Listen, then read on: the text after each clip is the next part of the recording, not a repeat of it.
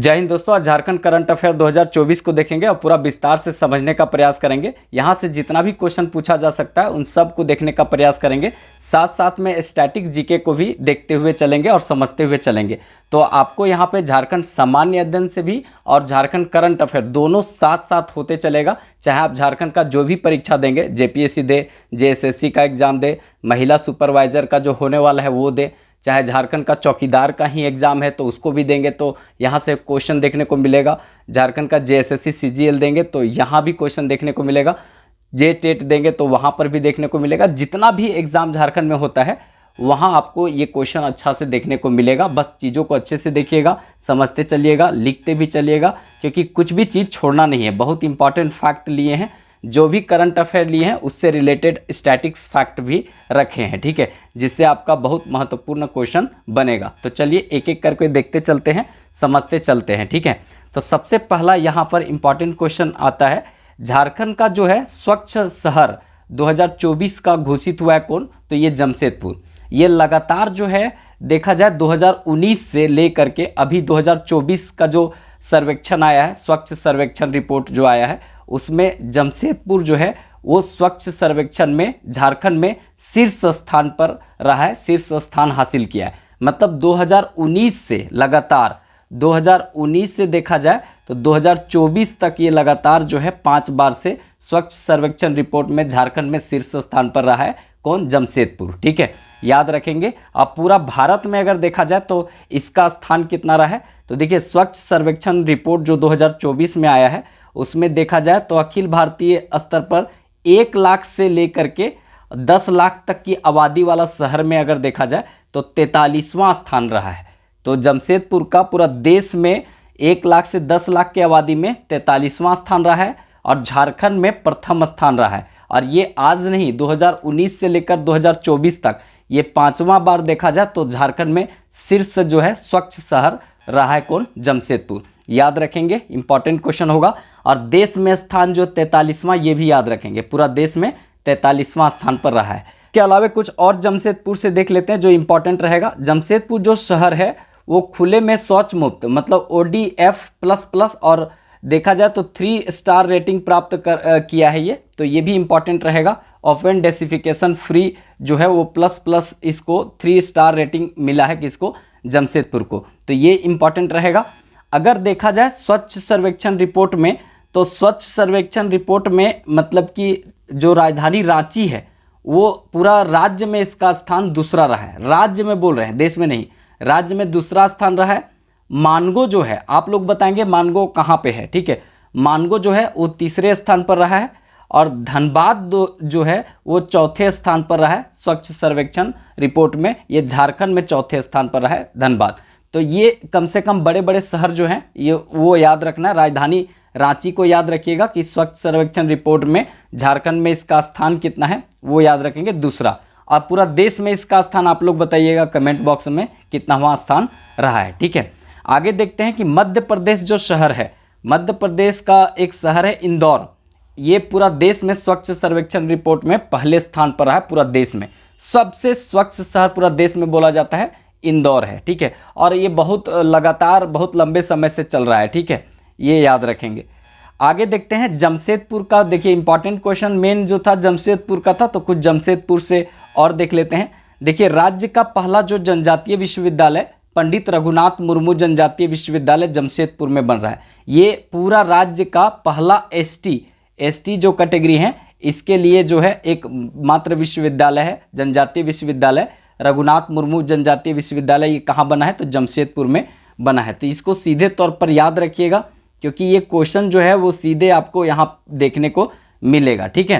तो ये याद रखिएगा, पहला जनजातीय विश्वविद्यालय रघुनाथ मुर्मू जनजातीय विश्वविद्यालय। रघुनाथ मुर्मू पहले व्यक्ति थे, मतलब पहले व्यक्ति क्या, एकमात्र ये व्यक्ति हैं जो संथाली लिपि का, जो संथाली भाषा का जो लिपि है औलचिकी, उसका आविष्कार किए थे ये, ठीक है, इसीलिए इनके नाम पर रखा गया है। उड़ीसा के व्यक्ति हैं ये।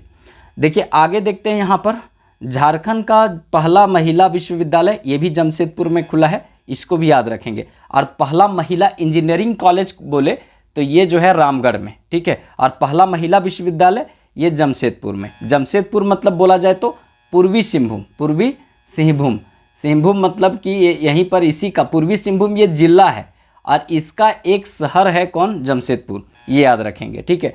राज्य का पहला जो मतलब निजी क्षेत्र का विश्वविद्यालय कौन सा था, तो अर्का जैन विश्वविद्यालय। ये निजी क्षेत्र का जो पहला विश्वविद्यालय झारखंड का है, अर्का जैन विश्वविद्यालय, ये भी याद रखेंगे। कुछ और खबर जमशेदपुर से देख लेते हैं। झारखंड जो नेशनल फिल्म फेस्टिवल का आयोजन जो है नवंबर 2023 ईस्वी में किया गया पूर्वी सिंहभूम जिला का मुख्यालय जमशेदपुर में। तो याद रखेंगे पूर्वी सिंहभूम का मुख्यालय कहाँ है, जमशेदपुर है। तो यहाँ पर जो है वो झारखंड नेशनल फिल्म फेस्टिवल का आयोजन किया गया है नवंबर 2023 ईस्वी में। तो ये सीधे तौर पर क्वेश्चन पूछेगा कि झारखंड नेशनल फिल्म फेस्टिवल का आयोजन कहाँ किया गया, तो जमशेदपुर में, ये याद रखेंगे।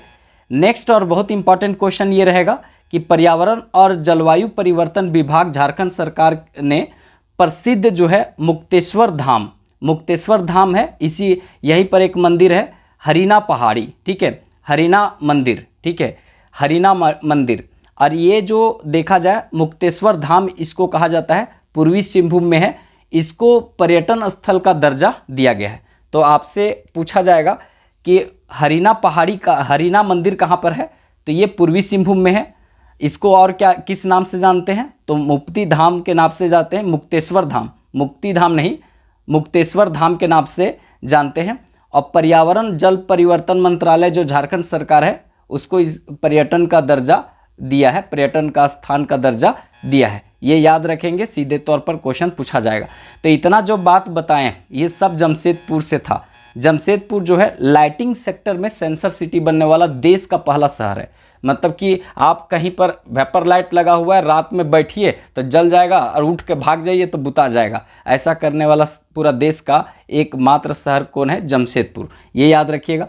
जमशेदपुर से इम्पॉर्टेंट बात याद रखेंगे कि जमशेदपुर जो है स्वर्ण रेखा, ठीक है, और एक खरकई, ये दोनों नदी के संगम पर बसा हुआ है कौन, जमशेदपुर, ठीक है। जमशेदपुर शहर जो है स्वर्ण रेखा और खरकई नदी के संगम पर बसा हुआ है। और ये जमशेदपुर को पहले सांची के नाम से जानते थे। और ये जब यहाँ पर 1907 ईस्वी में टाटा के द्वारा मतलब स्थापित किया गया, लोहा का उद्योग स्थापित किया गया, ठीक है, तो इसका नाम जो है वो जमशेदपुर कर दिया गया, ठीक है। पहले ये सांची के नाम पर से बसा हुआ शहर था। तो ये याद रखेंगे। ये प्रोडक्शन 1911 में चालू हुआ था, ठीक है, टाटा का। तो याद रखेंगे ये सब इम्पॉर्टेंट क्वेश्चन। गोलमुड़ी जो है यहाँ पर बहुत बड़ा औद्योगिक क्षेत्र है, गोलमुड़ी, ये जो है पूर्वी सिंहभूम क्षेत्र में ही पड़ता है। और अगर देखा जाए तो यहाँ पर एक इम्पॉर्टेंट बात बताते हैं, कहीं जगह खाली हमको मिले तो वहाँ पर बताएंगे, क्योंकि इसको जो है थोड़ा लिखने में ज़्यादा लगेगा समय। देखिए यहाँ पर जो है कुछ हम इम्पॉर्टेंट बात लिख रहे हैं जो आप लोग ध्यान में रखेंगे। दलमा जो है, दलमा वन्य जीव अभ्यारण्य जो है वो अगर देखा जाए तो 1976 ईस्वी में बना था, 1976 ईस्वी में बना था। हाथी के लिए जाना जाता है, ये मतलब पूर्वी सिंहभूम में स्थित है, ये याद रखेंगे। हाथी जो है विरासत पशु 2010 ईस्वी में घोषित हुआ था। हाथी जो है हमारा राजकीय पशु है, ठीक है, राजकीय पशु है, हमारा ही नहीं, ये देखा जाए तो केरल का भी है, केरल और कर्नाटक का भी राजकीय पशु है। तो हाथी केरल कर्नाटक का राजकीय पशु है, 2010 में विरासत पशु घोषित हुआ है। दलमा वन्य जीव अभ्यारण्य में हाथी प्रोजेक्ट की शुरुआत 1992 में हुआ था, ये भी याद रखेंगे। और हाथी जो है वो विश्व एलिफेंट दिवस कब मनाया जाता है, तो 12 अगस्त को विश्व हाथी दिवस मनाया जाता है। और इसी दिन विश्व युवा दिवस भी मनाया जाता है। तो ये सब बात बताए ना, वो कहीं ना कहीं क्वेश्चन पूछा जा सकता है। दलमा क्षेत्र में एक लेडी टार्जन के नाम से जमुना टुड्डू महिला हैं, जिनको लेडी टार्जन कहा जाता है, क्योंकि ये दलमा क्षेत्र में अगर कोई पेड़ पौधा काटता है, जीव जंतु को मारता है तो उसको हसुआ छीन लेती है, ये काम करती है। तो जमुना टुड्डू को लेडी टार्जन कहते हैं, इसी क्षेत्र में रहती हैं। तो ये सब जो है ना बहुत इम्पॉर्टेंट है जो हम बता दिए, ठीक है। कहने का मतलब यहाँ पे जानुम सिंह सोय, ये आप लोग जानते होंगे, 2023 में इनको पद्मश्री पुरस्कार मिला है। पूर्वी सिंहभूम घाटशिला में रहते हैं, ठीक है। हो भाषा के विकास के लिए बहुत ज़्यादा योगदान दिए हैं। तो ये सब पूर्वी सिंहभूम से था।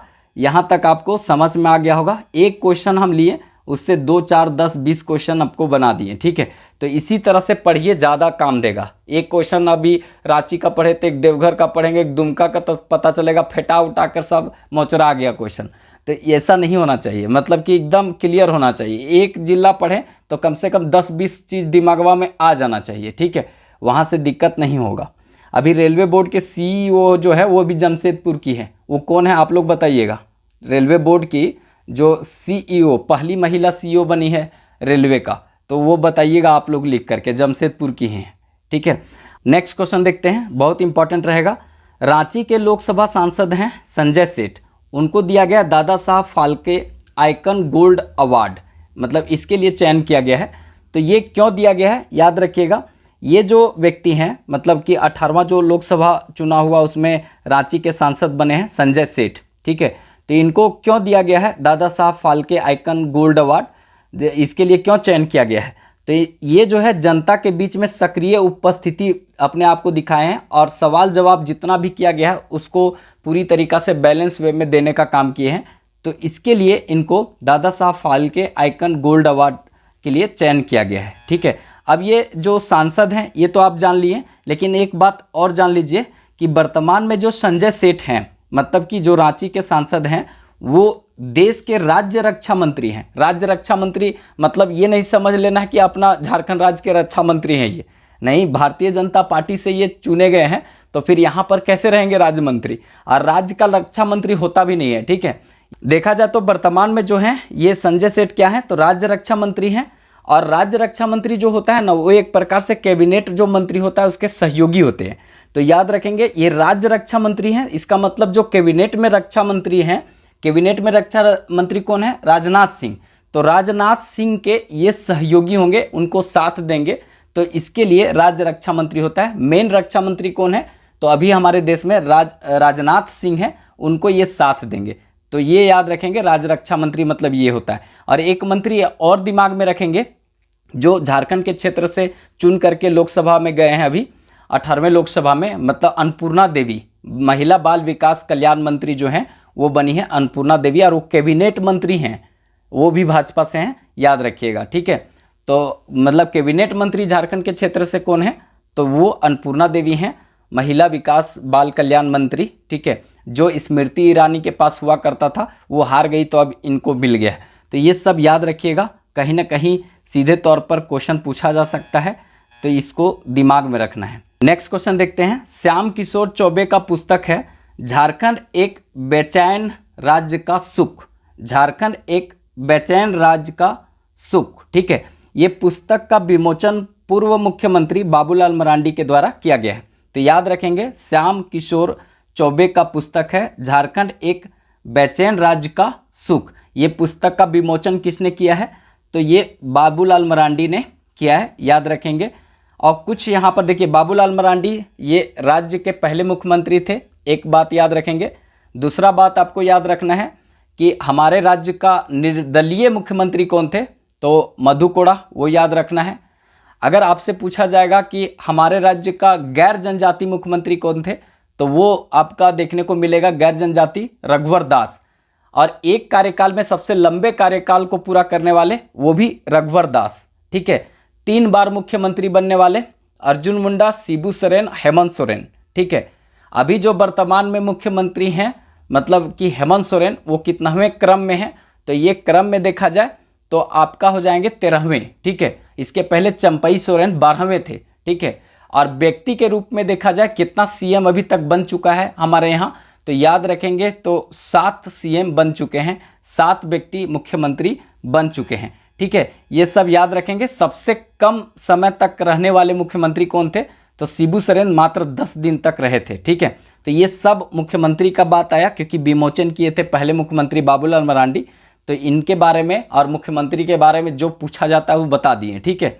अब यहाँ पर कुछ और पुस्तक देख लेते हैं जो सीधे तौर पर पूछा जाता है, जैसे आदि धर्म। आदि धर्म जो पुस्तक है वो किसका है, तो डॉक्टर रामदयाल मुंडा, ठीक है। रामदयाल मुंडा का है आदि धर्म, ये एकदम सीधे पूछा जाता है। अरण्यक अधिकार, अरण्यक अधिकार जो है महाश्वेता देवी का है। ये जंगल, इसका मतलब होता है अरण्यक अधिकार का मतलब होता है जंगल का अधिकार, ठीक है, जंगल का अधिकार। बिरसा मुंडा आंदोलन पर आधारित ये पुस्तक है। तो ये भी पूछता है कि अरण्यक अधिकार जो है वो किस पुस्तक पर मतलब किस विद्रोह पर आधारित है। तो बिरसा मुंडा विद्रोह पर आधारित है। किसने लिखा है? महाश्वेता देवी ने लिखा है। अरण्यक अधिकार का मतलब होता है जंगल का अधिकार, ये याद रखेंगे। नेक्स्ट देखते हैं, मरान घोड़ा नीलकंठ हुआ पुस्तक किसका है? तो ये डॉक्टर महुआ मांझी का है। मरान घोड़ा नीलकंठ हुआ ये डॉक्टर महुआ मांझी का है। आगे देखते हैं, झारखंड कौशल आवर ग्रेस, ठीक है, झारखंड कौशल आवर ग्रेस जो है ये विक्टर दास का है, ये भी याद रखेंगे, बहुत बार क्वेश्चन पूछा गया है। आगे देखते हैं यहाँ पर, खेरवार बौसम धोरो पुथी, खेरवार बौसम धोरो पुथी नाटक है, ये है मांझी रामदास टुड्डू का, ठीक है, ये याद रखना है। कोचे कड़वा सच, ये छूटा हुआ है, कोचे कड़वा सच ये नाटक है सुलेमान मुर्मू का। डार्क हॉर्स ये नीलोत्पल मिर्नाल का है, ठीक है, ये बहुत बढ़िया पुस्तक है, बार बार इसको आप पढ़ सकते हैं, आईएएस यूएस से रिलेटेड कहानी वहानी इसमें, ठीक है। उसके बाद love at the rate Facebook ये निकिता सिंह का है। मतलब लव वूव ये सब कौन लिखेगी? सब महिला लोग लिखेगी, लड़का लोग की तब फुर्सत है, ठीक है। तो love at the rate Facebook Nikita Singh. The things called love ये तुहिन सिन्हा, ये क्वेश्चन बहुत बार पूछा गया है। Love at the rate Facebook Nikita Singh, और ये भी इंपॉर्टेंट है, द थिंग्स कॉल्ड लव तुहिन सिन्हा, ये दोनों महिला है, दोनों लबूब लिखी है, ठीक है, याद रखिएगा। आगे देखते हैं यहाँ पर नेक्स्ट और इम्पॉर्टेंट रहेगा। देखिए हाल ही में जो झारखंड के मुख्यमंत्री हैं वो 456 करोड़ रुपया के लागत से पलामू में एक पाइपलाइन सिंचाई का परियोजना का आधारशिला रखे हैं, जिसका मुख्य लक्ष्य है कि जो मतलब वर्ष भर पूरी तरीक़ा से सिंचाई सुविधा उपलब्ध कराना सुनिश्चित कराना है, ठीक है। मतलब पलामू के क्षेत्र में पानी की बहुत ज़्यादा किल्लत है, समस्या है, तो उस समस्या को दूर करने के लिए 456 करोड़ की लागत से मतलब कि पलामू पाइपलाइन सिंचाई परियोजना का आधारशिला रखा गया है। और ये जो है वर्ष भर यहाँ पर सिंचाई सुविधा उपलब्ध कराया जाएगा, क्योंकि यहाँ पर अच्छा खासा कृषि होता है, लेकिन पानी की किल्लत है, पानी का यहाँ प्रॉब्लम है, ठीक है। इसीलिए आपको पता होगा उत्तर कोयल, ठीक है, कोयल परियोजना, ठीक है, परियोजना। तो उत्तर कोयल परियोजना जो है ये यहाँ पर लगाया गया था बहुत पहले 1972 ईस्वी में इंदिरा गांधी के समय में, लेकिन बाद में 1900 जो देखा जाए तो 1993 ईस्वी में, ठीक है, 1993 ईस्वी में बिहार सरकार जो है इसको बंद कर दिया था, ये कह करके कि यहाँ पर पर्यावरण को क्षति होगा, पेड़ पौधे का नुकसान होगा। लेकिन बाद में 2017 में ये फिर से चालू कर दिया गया और ये पूरी तरीक़ा से अब लगभग बन के रेडी है। इसका नाम बदल दिया गया, उत्तरी कोयल नदी पर है इसीलिए उत्तरी कोयल परियोजना कहते हैं, लेकिन देखा जाए तो इसका भी जो नाम है पूरी तरीक़ा से अगर देखा जाए तो इसका नाम है कुटकू डैम प्रोजेक्ट, मंडल डैम प्रोजेक्ट, मेदिनी राय बांध इसी को बोलते हैं, उत्तरी कोयल परियोजना कहते हैं। और इस परियोजना पर 24 मेगावाट का बिजली प्लांट भी लगाया गया है। इसके अलावा खेती बाड़ी सिंचाई के लिए पेयजल सुविधा उपलब्ध होगा, इसीलिए इसे बहुउद्देशीय परियोजना कहते हैं। 90% बिहार को फ़ायदा होगा, 10% झारखंड को होगा। इसका मतलब बिहार और झारखंड की संयुक्त परियोजना है ये उत्तरी कोयल परियोजना, जो पलामू क्षेत्र में लगाया गया है। तो ये भी थोड़ा सा याद रखिएगा, क्योंकि यहाँ से भी क्वेश्चन पूछा जा सकता है, ठीक है। आगे देखते हैं जो इम्पोर्टेंट रहेगा, झारखंड राज्य का जो पड़ोसी राज्य है उसी के तर्ज पर जाति जनगणना कराया जाएगा झारखंड में। मतलब झारखंड बोली है कि हम जाति आधारित जनगणना कराएंगे। वैसे जाति आधारित जनगणना कराने वाला पहला राज्य बिहार था और झारखंड उसी के तर्ज पर जाति आधारित जनगणना कराएगा। तो ये इम्पॉर्टेंट है, याद रखेंगे, ठीक है। हमारे यहाँ जो है 67% हिंदू है, लगभग 24% के आसपास या 14% के आसपास में मुस्लिम है, देख लीजिएगा। उसके बाद सिख ईसाई का भी प्रतिशत आप लोग निकाल के बता दीजिएगा। वैसे अगर देखा जाए जनजाति में हम लोग के पास कितना आबादी है, 26.2% आबादी है, ठीक है। और 12% जो है वो एससी है और एसटी लोग कितना है तो 26% है, ये याद रखिएगा। ये सब डाटा थोड़ा थोड़ा याद रखना चाहिए, ठीक है। अभी जो है सरना धर्म कोड के लिए मांग चल रहा है। अगर सरना धर्म कोड का अगर वैल्यू मिल जाता है, मान उसको दे दिया जाता है, तो सरना धर्म कोड 7 होगा, क्योंकि इसके पहले 6 धर्मों का यहाँ पर मान्यता देखा जाए तो है, और उसका जनगणना में ये काउंट होता है कि ये मतलब धर्म के लोग कितना है। जैसे 0.05%, 005% आपका जैन मिलेगा, 0.03% बौद्ध मिलेगा, ऐसे करके सब मतलब जैन, बौद्ध, ईसाई, हिंदू, मुस्लिम, सब सिख देखने को यहाँ पर मिलेंगे। तो अगर सरना धर्म का अलग कोडिंग किया जाता है तो सरना धर्म कोड 7 के तहत अब उसका भी अलग से जनगणना में एक स्थान दिया जाएगा, कितना लोग सरना धर्म मानते हैं। ठीक है, तो ये याद रखेंगे, यहाँ पर जाति आधारित जनगणना कराया जाएगा। और ये इम्पॉर्टेंट है यहाँ पर कि झारखंड में जाति आधारित जो सर्वे वो 7 जनवरी से मतलब देखा जाए तो 2 अक्टूबर 2022 के बीच में जो आंकड़ा है यहाँ पर, ठीक है, ये 2022 ना होकर के ये 2023 होना चाहिए, एक बार देख लीजिएगा। ठीक है, ये मतलब एकत्रित यहाँ पर किया जाएगा, इसके बीच का आंकड़ा यहाँ पर एकत्रित किया जाएगा और इसी के आधार पर जाति आधारित जनगणना की जाएगी। ठीक है, जो एक्स्ट्रा फैक्ट बताएं वो याद रखेंगे। बिहार से हम लोग 15 नवंबर 2000 ईस्वी को अलग हो गए थे। बिहार राज्य पुनर्गठन विधेयक वो अगर देखा जाए 29वां बिल था।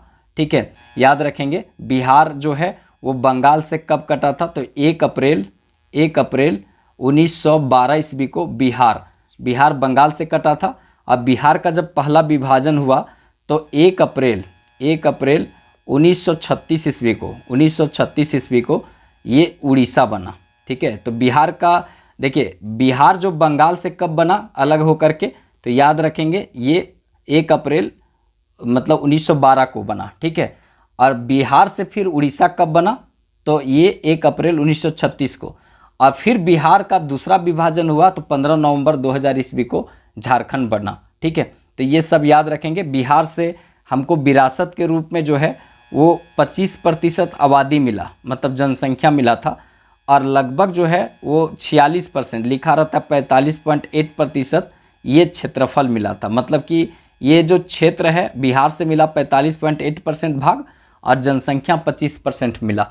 तो इस तरह से पूरा जो बात है थोड़ा याद रखिएगा, ये सब क्वेश्चन पूछता है। ये 45.8% जो क्षेत्र है उसको लिखा हुआ 46% आपको कहीं कहीं मिलेगा। ठीक है, तो इसको याद रखेंगे।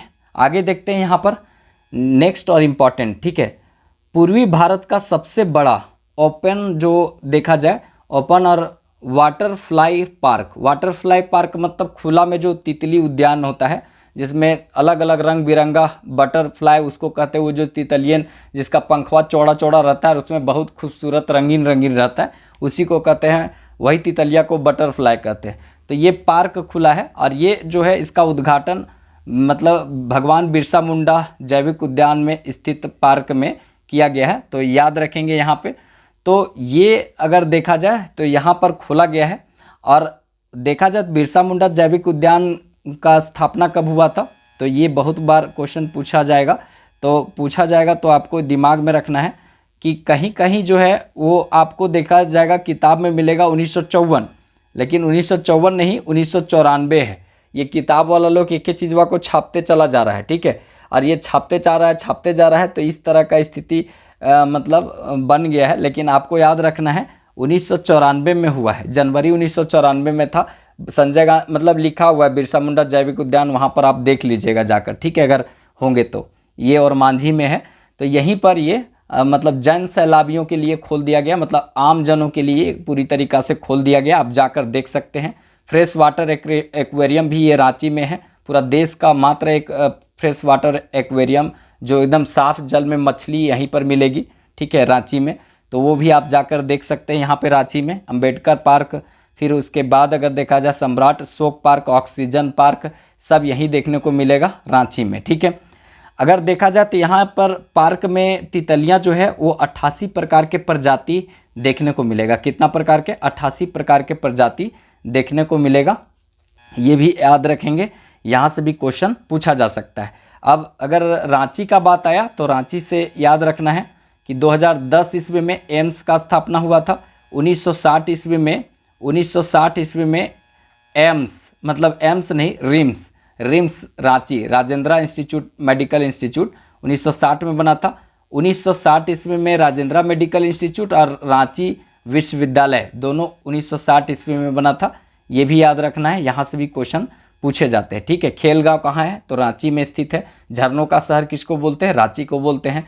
शहीदों का शहर किसको बोलते हैं? रांची को बोलते हैं। झारखंड का स्विट्जरलैंड किसको बोलते हैं? तो रांची को बोलते हैं। हुंडू जलप्रपात कहाँ है? तो रांची में ही स्थित है, स्वर्णरेखा नदी पर। दसम फॉल भी रांची में है। गौतम धारा जलप्रपात यहीं पर है। ठीक है, सोनवा पंगुरा जलप्रपात आपको यहीं भी मिलेगा, तो ये भी याद रखेंगे। रांची में बिरसा मुंडा एयरपोर्ट है, अगर देखा जाए तो 1941 ईस्वी में ये बना था, ये भी याद रखेंगे। इस तरह का धुरवा में आप देखने को मिलेगा, यहाँ पर जेएससी स्टेडियम धुरवा में बना था, तो ये भी याद रखेंगे। इंग्लैंड और भारत के साथ पहला मैच हुआ था, भारत जीता था। ठीक है, अगर देखा जाए तो धुरवा में ही मतलब पूरा देश का सबसे बड़ा हाई कोर्ट जो परिषद बना है वो धुरवा रांची में है।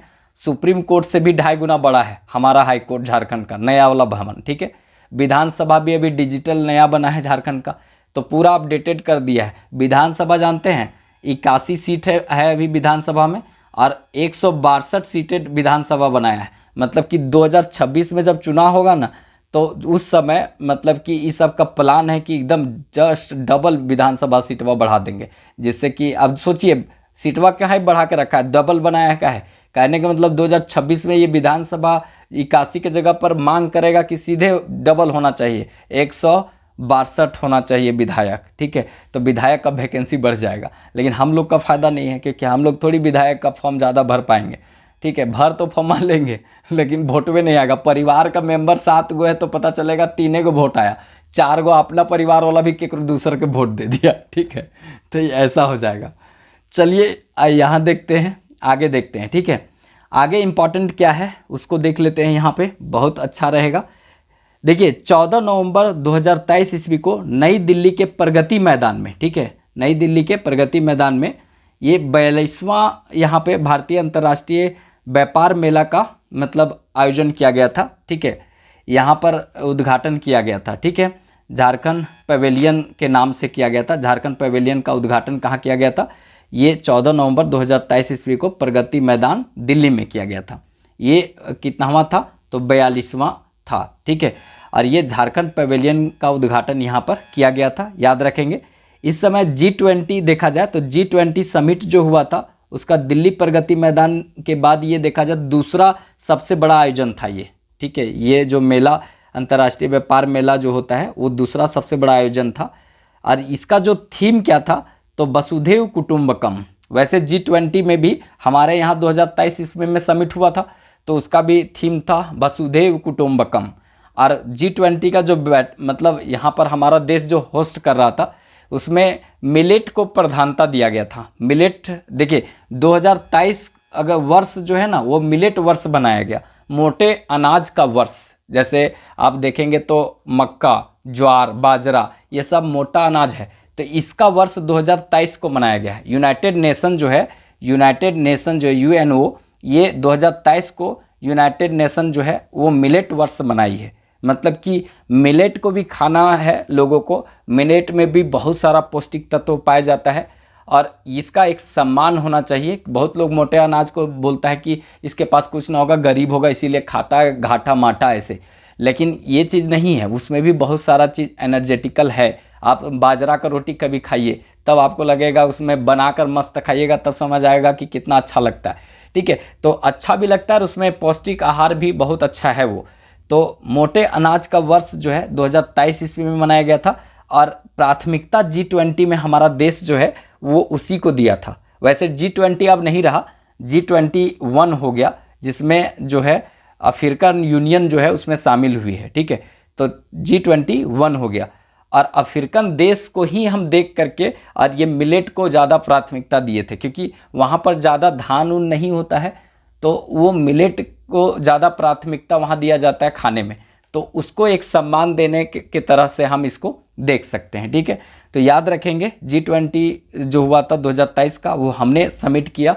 ठीक है, हमने उसको होस्ट किया था और उसके बाद अगर देखा जाए तो ये यूनाइटेड नेशन ने 2023 को मिलेट वर्ष मनाया था, ये भी याद रखेंगे। और इसका थीम भी वासुदेव कुटुंबकम था। तो ये सब जो हम बताए ना वो कहीं ना कहीं आपको पूछा जाएगा, थोड़ा इसको ध्यान से पढ़िएगा, किसी तरह का हड़बड़ी में नहीं। एडिशनल फैक्ट जो बताते हैं वो कैसा लगता है ज़रूर बताइएगा। वीडियो अगर अच्छा लगे तो एक लाइक ज़रूर कर दीजिएगा, क्योंकि लाइक जब आप लोग करते हैं और चैनल को सब्सक्राइब करते हैं तो बड़ी ज़्यादा ऊर्जा मिलता है, पढ़ाने में मन लगता है और एकदम दिल खोल के पढ़ाते हैं। ठीक है, तो आप लोग थोड़ा सपोर्ट कीजिए। लाइक करने में और सब्सक्राइब करने में आप लोग को कुछ नहीं जाता है, 1 सेकेंड में लाइक और 1 सेकेंड में सब्सक्राइब हो जाता है। और अगर देखा जाए तो 2-4 सेकेंड लगेगा कहीं शेयर करेंगे दोस्तों के पास तो 5-10 सेकेंड अगर आप देते हैं तो हम लोग को बहुत ज़्यादा ऊर्जा मिलता है। ठीक है, काम के प्रति। तो कुल मिलाकर थोड़ा आप लोग सपोर्ट कीजिए, तभी हम जो है वो दिल से आपके साथ चलेंगे। ठीक है, तो चलिए आगे देखते हैं नेक्स्ट क्वेश्चन भी इम्पॉर्टेंट है। यहाँ पे झारखंड सरकार जो है वो लाह को कृषि का दर्जा दिया है। ठीक है, झारखंड सरकार जो है वो लाह को कृषि का दर्जा दिया है, ये इम्पॉर्टेंट है। हमारे यहाँ जो है 60% लाह जो होता है 60% हमारे यहाँ लाह का खेती होता है। वो जो महिला लोग चूड़िया पहनती है ना, ओकरे ऊपर में जो मोती उती चमकीलवा जो साटल रहता है, जो चमचमाते रहता है, वो जिस पर साटा रहता है वो लाह होता है। एक देखेंगे बुरादा वाला रंग, होली में खेलेंगे तो रंगवा लगाएगा तो लोग पूरा मुँहवा चमकते रहता है, ओकरों में कहीं ना कहीं लाह होता है। अगर देखा जाए तो एगो महिला लोग ने चिपका के चलती का पता नहीं मुँहवा में, तो वो चमकते रहता है, वो होता है लाह।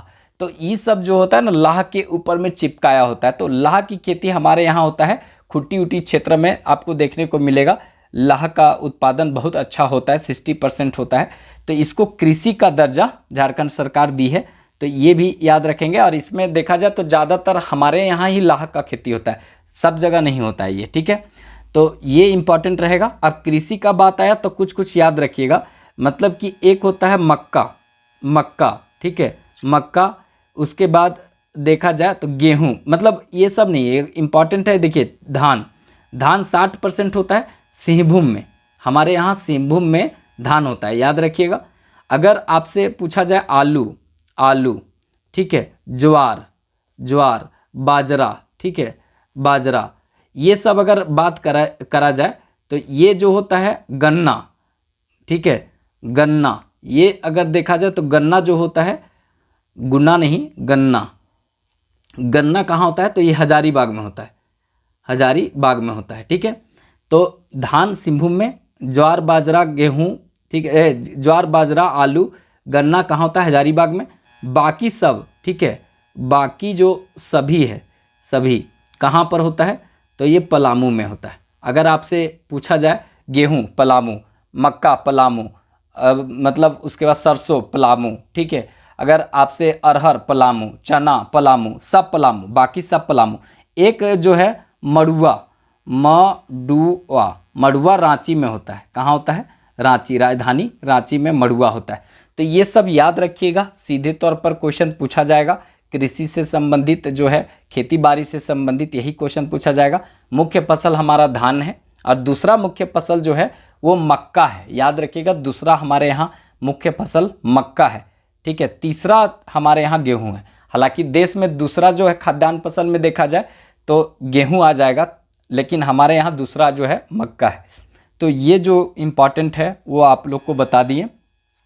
कृषि से संबंधित कुछ और बात ध्यान में रखना है।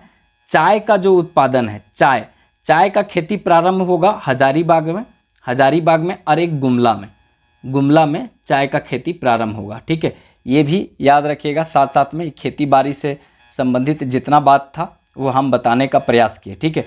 तो इस तरह से जो है वो जितना भी इम्पॉर्टेंट फैक्ट बन सकता है वो हम सब यहाँ पे एक साथ रखने का प्रयास किए।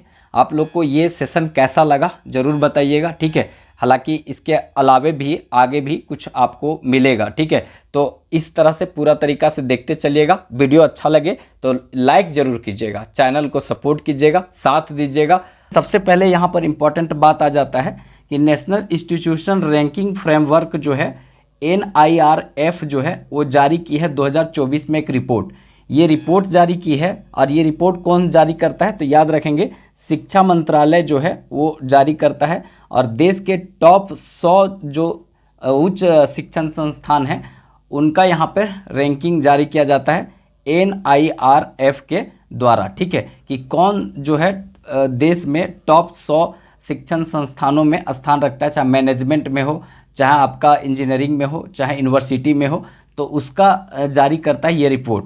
तो इसी रिपोर्ट में कुछ झारखंड के भी संस्थान हैं जिनका स्थान बहुत इंपॉर्टेंट रखता है। आप कोई भी एग्ज़ाम अगर झारखंड का देंगे तो पक्का यहाँ से पूछा जाएगा कि आपका जो है IIM रांची का स्थान क्या है, ISM धनबाद का स्थान पूरा देश में क्या है, फिर उसके बाद XLRI का स्थान क्या है, ठीक है। तो इस तरह का BIT मेसरा का स्थान क्या है, ये सीधे तौर पर पूछा जाता है। तो अच्छे से देख लीजिएगा, अपना स्थान कम से कम राज्य का जरूर याद रखिएगा कि आपके इंस्टीट्यूशन जो है, जो शिक्षण संस्थान है, उनका रैंक कहाँ पे है, ठीक है। तो देखिए झारखंड का जो कुछ इंस्टीट्यूशन है, कुछ जो संस्थान है, उनका प्रमुख क्या स्थान है वो देख लेते हैं, ठीक है। तो सबसे पहला नाम यहाँ पर आता है IIT धनबाद। एक ही एकलौता IIT जो है वो धनबाद है। झारखंड में एकमात्र IIT है जो 2016 ईस्वी में बना है। इसके पहले Indian school of mines Dhanbad था, ये 1926 में इसका स्थापना हुआ था। विस्तार से बताएंगे ये कब बना था और किसने बनाया था, इसके नीचे तुरंत है यहाँ जो विस्तार से बताएंगे। तो यहाँ पर जो है IIT है ये, मतलब कुल मिलाकर यहाँ पर इंजीनियरिंग के क्षेत्र में इसको काउंट किया जाता है IIT को, ठीक है। तो इसमें अगर देखा जाए तो IIT धनबाद जो है, इसका IIT धनबाद का 2024 में 15वां स्थान रहा है। पूरा ऑल ओवर इंडिया में 15वां स्थान रहा है, ये सोच सकते हैं। IIT में इसका 15वां स्थान है। और अगर देखा जाए यहाँ पर तो पूरा देश में इसका स्थान कितना रहा है, 15वां रहा है। लेकिन 2023 में देखेंगे तो इसका 17वां स्थान था, ठीक है, 17वां, ठीक है, 17वां नहीं 17वां, ठीक है, 17वां स्थान था। तो 2017 में इसका 17वां स्थान था। अभी वर्तमान में कितना स्थान है, तो 15वां स्थान है। याद रखेंगे 2 स्थान सुधारा है ये, ठीक है। तो ये अच्छा खबर देखा जा सकता है। पूरा देश में 15वां स्थान रखना मतलब सोच सकते हैं। मेरा एक दोस्त है जो यहाँ पढ़ता है, यहाँ से PhD वो कर रहा है, ठीक है, IIT धनबाद से PhD कर रहा है। हमेशा आते जाते रहता है, मतलब जब भी आता है तो फिर ज़रूर मिलता है, हो सकता है तो रुकता भी है साथ में, मतलब अच्छा है। इसके बाद अगर IIT के बारे में, इसके बारे में अगर कुछ हम बात करें तो यहाँ पर IIT धनबाद जो है, इसका उद्घाटन हुआ था Indian school of mines Dhanbad के रूप में हुआ था। कब हुआ था, तो 9 दिसंबर 1926 ईस्वी को बना था। और तत्कालीन जो उस समय वायसराय थे लॉर्ड इरविन, ठीक है, लॉर्ड इरविन जो है, इनके द्वारा इसका उद्घाटन किया गया था। तो याद रखेंगे इसका पहले नाम क्या था, Indian school of mines Dhanbad. ये 9 दिसंबर 1926 ईस्वी को बना था। तत्कालीन वायसराय इरविन के द्वारा बनाया गया था, ये याद रखेंगे। और जो है इम्पॉर्टेंट क्या है कि इसको 2016 ईस्वी में IIT का दर्जा प्राप्त हुआ है, ठीक है। भारतीय खनन संस्थान धनबाद को IIT का दर्जा प्राप्त हुआ है। माइनिंग वाला में तो देखेंगे कि खनन वाला मामले में यहाँ जो है ये पूरा देश में प्रथम स्थान रखता है। पहले था, अभी इसका स्थान हम नहीं देखे हैं, एक बार देख लीजिएगा आप लोग, लेकिन इसके पहले से था, ठीक है। पूरा देश में अगर देखा जाए तो ये IIT में सर्वश्रेष्ठ कौन है, तो ये हमेशा से ही रहा है IIT मद्रास। IIT मद्रास जो है लगातार 6ठे वर्ष जो है सर्वश्रेष्ठ संस्थान के रूप में रहा है। IIT मद्रास नंबर 1, 6 सालों से नंबर 1 है ये, ठीक है। तो याद रखिएगा। अब हमारे यहाँ एक और संस्थान है BIT, ठीक है, बिरसा इंस्टीट्यूट ऑफ टेक्नोलॉजी, ठीक है। Birsa institute of technology Dhanbad में है, Birla institute of technology Ranchi में है। देखिए BIT उसका भी नाम है BIT। तो BIT जो सिंदरी है, ठीक है, ये याद रखेंगे, सिंदरी जो है इसका स्थापना हुआ था कब, तो 1949 में बना था ये, ठीक है। और ये बिरसा है, बिरसा इंस्टीट्यूट ऑफ टेक्नोलॉजी, क्योंकि इसका पहले नाम था बिहार इंस्टीट्यूट ऑफ टेक्नोलॉजी, लेकिन बाद में इसका बिरसा इंस्टीट्यूट ऑफ टेक्नोलॉजी कर दिया गया। ये धनबाद में है, ठीक है। ये वाला संस्थान का नहीं बोल रहे हैं। यहाँ पर एक और BIT है मेसरा, ये रांची में है। कहाँ पर है, तो रांची में है।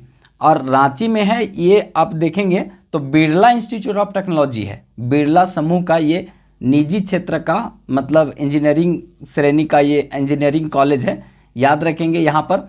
तो ये जो है अगर देखा जाए तो पूरा देश में इसका स्थान 48वां रहा है। इसके पहले जो है 2023 ईस्वी में इसका 53वां स्थान था, लेकिन ये 5 अंक का सुधार करके अभी 48वां स्थान पर पूरा देश में हो गया है।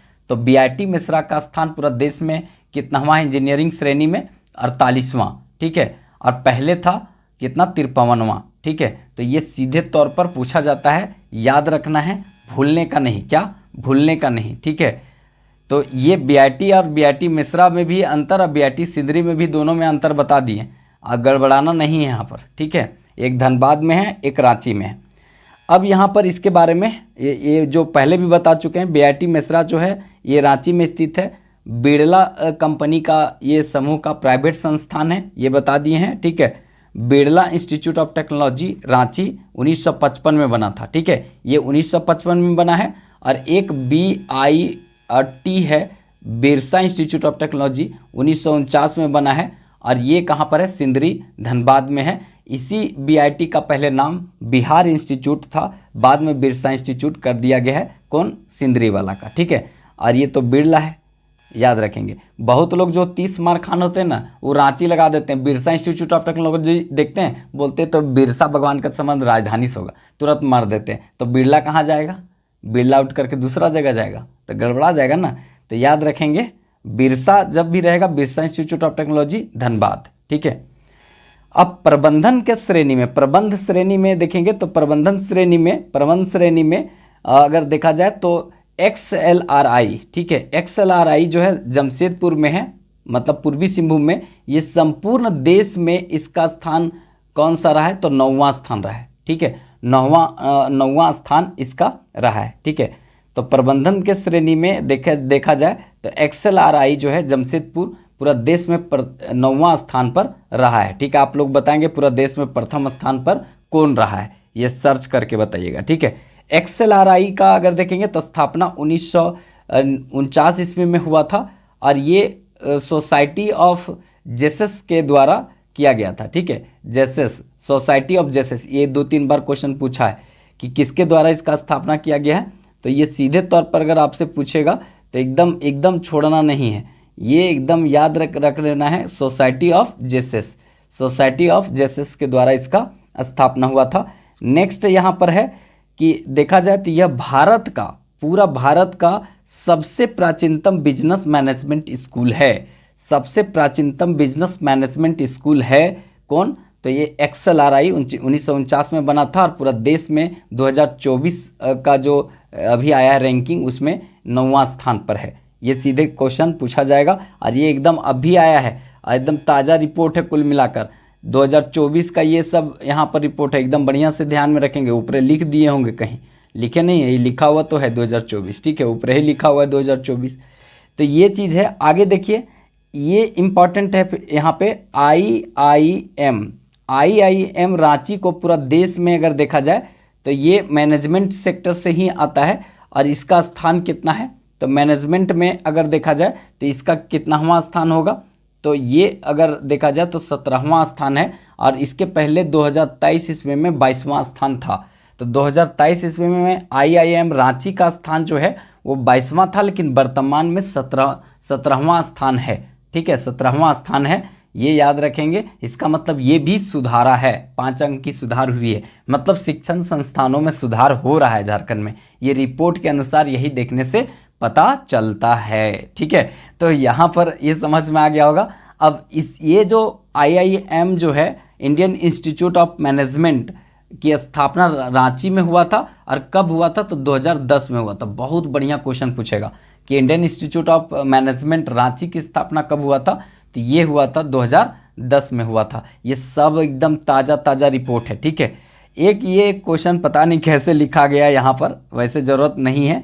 हजारीबाग में एक ढाका से मतलब आया है यहाँ पर गिद्ध, ठीक है, जिसमें चिप लगा हुआ है, और वो ढाका का कुछ रिपोर्ट है, मतलब चिप में, तो उसका अभी वो गिरा था यहाँ पे हजारीबाग क्षेत्र में, तो उसको अब उस पर जांच पड़ताल चल रहा है। तो ये यहाँ लिखा गया है, पता नहीं, ठीक है, हजारीबाग से ये एक खबर यहाँ पर छप गया है, ठीक है।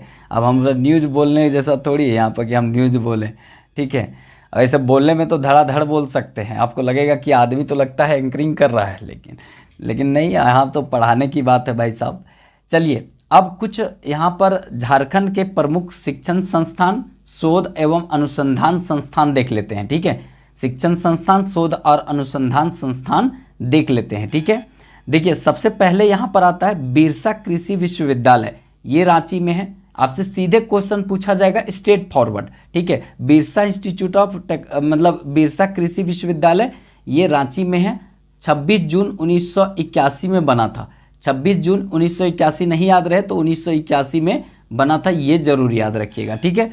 इसके बाद आगे देखते हैं यहाँ पे, या राज्य का प्रथम महिला, ये सब करंट अफेयर है। राज्य का प्रथम महिला विश्वविद्यालय जमशेदपुर, राज्य का प्रथम महिला विश्वविद्यालय जमशेदपुर, राज्य का प्रथम महिला विश्वविद्यालय जमशेदपुर, राज्य का प्रथम जनजातीय विश्वविद्यालय जिसका नाम है पंडित रघुनाथ मुर्मू जनजातीय विश्वविद्यालय, ये भी जमशेदपुर। पंडित रघुनाथ मुर्मू जो है संथाली भाषा की लिपि औलचिकी का आविष्कार 1940 ईस्वी में किए थे, ठीक है। उड़ीसा के व्यक्ति हैं पंडित रघुनाथ मुर्मू, इन्हीं के नाम पर पंडित रघुनाथ मुर्मू जनजातीय विश्वविद्यालय जमशेदपुर में ये बनेगा, राज्य का प्रथम जनजातीय विश्वविद्यालय होगा, ठीक है।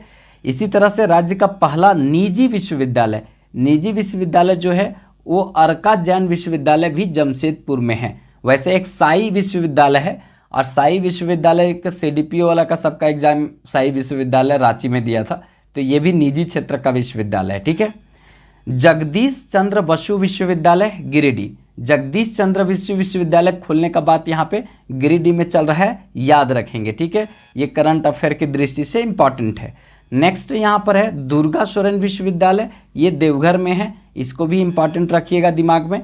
फिर ये इंपॉर्टेंट है राज्य का प्रथम जो संस्कृत विश्वविद्यालय ये बनेगा देवघर में, ठीक है। पहला संस्कृत विश्वविद्यालय देवघर, और सांस्कृतिक शहर भी है देवघर, हरित कीवड़ा देवघर, ठीक है। वैद्यनाथ धाम देवघर, बासुकीनाथ दुमका, और वैद्यनाथ जो धाम ये आपका मिलेगा देवघर, और देवघर धाम कोडरमा, ठीक है। ये याद रखना है, यहाँ पर इम्पॉर्टेंट ये सीधे सीधे क्वेश्चन पूछा जाएगा। अभी यहाँ पर मतलब प्लास्टिक पार्क बना है, यहाँ पर देखेंगे तो फिर एम्स, पूरा झारखंड का एकमात्र एम्स यहीं पर है देवघर में। फिर एयरपोर्ट, इंटरनेशनल एयरपोर्ट देवघर यहीं पर है, ठीक है। तो ये अच्छा खासा विकास हो रहा है। त्रिकुट पहाड़ी क्षेत्र में हाल फिलहाल में रॉकवे दुर्घटना यहीं हुआ था देवघर में, ये सब याद रहना चाहिए, ठीक है। नेक्स्ट यहाँ पर है राज्य का पहला महिला इंजीनियरिंग कॉलेज रामगढ़ में बनेगा, पहला इंजीनियरिंग कॉलेज। महिला लोग केवल वहाँ इंजीनियरिंग करेगी कि किस तरह से अपना हस्बैंड का खोपड़ी खोलना है और ओकर में फिजिक्स लगा देना है, ठीक है। बाकी तो फिर केमिस्ट्री सेटे हो जाएगा, ठीक है। तो ये सब वहाँ पर अपना महिला लोग पढ़ेगी और यही मतलब तैयारी करेगी। अरे पोखरी के पढ़े का जरूरत है महिला लोग का, वो सब बिना पढ़ले इतना फिजिक्स जानती है कि अपना हस्बैंड का सब केमिस्ट्री, बायोग्राफी, ज्योग्राफी सब बराबर कर देती है, ठीक है। और अगर ऊपर से और इंजीनियरिंग कर ली तो बिना इंजीनियर किए, बिना पढ़ले इंजीनियर को फेल कर देती है सब। सब्जी मार्केट में इसके हस्बैंड को बेच देती है सब। तो कहने का मतलब इंजीनियरिंग कर लेगी तो भाई साहब क्या करेगी, तो फिर बादे की बात है। चलिए आगे देखते हैं। यहाँ पे एक है यहाँ पे रांची विश्वविद्यालय, रांची विश्वविद्यालय ये है 1960, ये बना था 1960 में। ये बना था बिहार विश्वविद्यालय जो अंबेडकर विश्वविद्यालय से कट के बना था। रांची विश्वविद्यालय से कटा था विनोबा भावे, ठीक है। विनोबा भावे कटा था 1992 में। इसी से नीलांबर पीताम्बर कटा, इसी से कटा 2009 में, ठीक है। केंद्रीय एक यहाँ पर कोल्हान विश्वविद्यालय जो है, कोल्हान जो है इसी से कटा है, ये भी 2009 में कटा है, ये याद रखेंगे। कोल्हान विश्वविद्यालय 2009, नीलांबर पीताम्बर 2009 और विनोबा भावे 1992। फिर विनोबा भावे से मतलब कोलांचल विश्वविद्यालय विनोद बिहार महतो कोलांचल बना 2017 में। तो ये सब याद रखिएगा इस तरह से, ठीक है। रांची विश्वविद्यालय कटा अंबेडकर विश्वविद्यालय बिहार से, ये 6ठी जेपीएससी में पूछा था, तो आपसे भी पूछा जा सकता है रांची वाले। देखिए ये चीज़ है ना, सब जिला का जो आप दे रहे हैं कोई भी एग्ज़ाम, जैसे अभी जिला बाय हो रहा है ना चौकीदार का, तो कोई भी जिला का दे रहे हैं देखना जरूरी है। आपका जिला से केवल 20 क्वेश्चन पूछेगा, 15 से 20 क्वेश्चन, और उसके बाद जो है ना 30 क्वेश्चन बच्चा वो दूसरे जिला से पूछेगा। और आप लोग बहुत लिखते रहते हैं ना कि हमरा गोड्डा पढ़ा दीजिए, देवघर पढ़ा दीजिए, दुमका पढ़ा दीजिए, और कोई दूसरा जिला पढ़ा दीजिए। भाई साहब सब पढ़ाया हुआ है, नीचे कमेंट में खाली यही भरते हैं, सब पढ़ाया हुआ है। कमेंट बॉक्स में आप डिस्क्रिप्शन में जाके देखिए, ठीक है। डिस्क्रिप्शन में वहाँ दिया हुआ है 24 जिला, प्ले लिस्ट में जाइएगा, 24 जिला 24 करंट अफेयर, उसमें आपको एक बार मिलेगा आपका जिला, और एक झारखंड दर्शन वो दिया गया है, उसमें 24 वीडियो है, उसमें भी आपका जिला मिल जाएगा, उसको निकाल कर देखिए ना, ठीक है। और आप लोग खाली कमेंट में लिखते हैं हमारा जिला पढ़ाइए, हमारा जिला पढ़ाइए। अरे भाई सब पढ़ा के रखे हैं, ठीक है, देखिएगा तो है नहीं आप लोग। चलिए आगे देखते हैं, और वीडियो को लाइक ज़रूर कर दीजिएगा, ठीक है, लाइक जो है ज़रूर कर दीजिएगा सब लोग, क्योंकि लाइक बहुत ज़रूरी है, यही तो ऊर्जा देता है यहाँ पे। और अब जो है लगभग 1000 सब्सक्राइबर मात्र बचा है 10,000 में, ठीक है, 1000 सब्सक्राइबर मात्र बचा है हुआ है 10,000 में। तो थोड़ा सपोर्ट कीजिए, अगर जल्दी से ही 10,000 हो जाता है तो आपको सारा PDF टेलीग्राम पर मिल जाएगा, ठीक है। तो एक एक आदमी अगर हमारा वीडियो 2000 जरूर देखता है, अगर एक एक आदमी को भी शेयर कर देगा ना, या एक एक एजुकेशन ग्रुप में भी शेयर कर देगा ना, तो मेरा जो है ये 1000 सब्सक्राइबर पूरा हो जाएगा। और ये 10,000 का टारगेट कंप्लीट होने के बाद हम आपको जितना प्रॉमिस किए हैं झारखंड GS का, झारखंड करंट अफेयर का, सब टेलीग्राम में दे देंगे, ठीक है। टेलीग्राम के नीचे जो है डिस्क्रिप्शन में लिंक दिया हुआ है, वहाँ जाकर ज्वाइन कर लीजिएगा, क्योंकि वहीं सब कुछ देंगे। टेलीग्राम लिंक पर अभी भी बहुत कुछ देते रहते हैं, रोज़ 1-2 PDF दे ही देते हैं। तो जो है PDF मांगते हैं टेलीग्राम से, वहाँ से ले लीजिएगा, ठीक है। नेक्स्ट है श्यामा प्रसाद मुखर्जी विश्वविद्यालय 2017 में बना था, याद रखेंगे। श्यामा प्रसाद मुखर्जी जो विश्वविद्यालय पहले ये मतलब महाविद्यालय था, मतलब कॉलेज था, 1926 में बना था, रांची कॉलेज। कौन सा? तो याद रखेंगे रांची कॉलेज, ठीक है, रांची कॉलेज। अब रांची कॉलेज जो है ये बना था, तो रांची कॉलेज बना था ये 1900 कब बना था? तो 1926 में बना था, लेकिन 2017 में श्यामा प्रसाद मुखर्जी विश्वविद्यालय बन गया है। इनको पद्मश्री भी मिला है श्यामा प्रसाद मुखर्जी को, तो याद रखना है। विनोबा भावे विश्वविद्यालय ये 1992 में बना है, 17 सितंबर, ये याद रखिएगा। कहीं कहीं 12 सितंबर मिलता है, लेकिन 17 सितंबर 1992 में ये बना है। और इससे फिर 2017 में मतलब ये कोलांचल विश्वविद्यालय, विनोद बिहारी महतो कोलांचल विश्वविद्यालय बना है। कौन वाला? तो ये बना है देवघर नहीं, मतलब धनबाद का, ठीक है, धनबाद में बना है, याद रखेंगे। फिर उसके बाद यहाँ पर इम्पोर्टेंट है सिंधु कानू मुर्मू विश्वविद्यालय, ये कहाँ पर है? दुमका में है, ठीक है, दुमका में। ये भागलपुर, जो भागलपुर है अभी बिहार में हो गया, ठीक है, भागलपुर। तो भागलपुर विश्वविद्यालय 1991 में बना था, तिलका मांझी विश्वविद्यालय इसको कहते हैं, भागलपुर विश्वविद्यालय को। तो 1991 में बना था, इसी से कट करके 1992 में ये बना मतलब सिंधु कानू मुर्मू विश्वविद्यालय दुमका बना है 10 जनवरी 1992 को। तो ये याद रखेंगे, सीधे तौर पर यहाँ से भी क्वेश्चन देखने को मिलेगा, ठीक है। फिर उसके बाद नीलांबर पीताम्बर विश्वविद्यालय मेदिनीनगर, और ये जो है 17 जनवरी 2009 को बना है, और रांची विश्वविद्यालय से कट के बना है, ऊपर भी समझाए हैं, ठीक है। इसके बाद है यहाँ पे झारखंड तकनीकी विश्वविद्यालय, झारखंड तकनीकी विश्वविद्यालय 2011, झारखंड तकनीकी विश्वविद्यालय 2011, झारखंड तकनीकी विश्वविद्यालय 2011, ठीक है। आगे देखते हैं यहाँ पे झारखंड रक्षा शक्ति विश्वविद्यालय रांची 2016, झारखंड रक्षा शक्ति विश्वविद्यालय रांची 2016, ठीक है, याद रखना है। विनोद बिहारी महतो कोलांचल विश्वविद्यालय ये धनबाद, ठीक है, ये कब बनना है? 13 नवंबर 2017 को, 13 नवंबर 2017 को। यहीं नहीं लिख सकता था, 2017 नीचे चला गया, ठीक है। तो याद रखेंगे विनोद बिहारी महतो कोलांचल विश्वविद्यालय धनबाद, ये विनोबा भावे से कट के बना है, ठीक है। इसके बाद यहाँ पर आगे देखते हैं Indian school of mines Dhanbad, Indian school of mines ये 1926 में बना है, ये 2016 ईस्वी में IIT का दर्जा इसको मिल गया, ठीक है, धनबाद IIT, ठीक है, इसको मिला है, जो अभी बहुत अच्छा 15वां रैंक पर है। और इसके पहले इसका रैंक जो है थोड़ा पीछे था, लेकिन अभी सुधार किया है, ठीक है, पहले 17 था, अब 15 कर दिया है।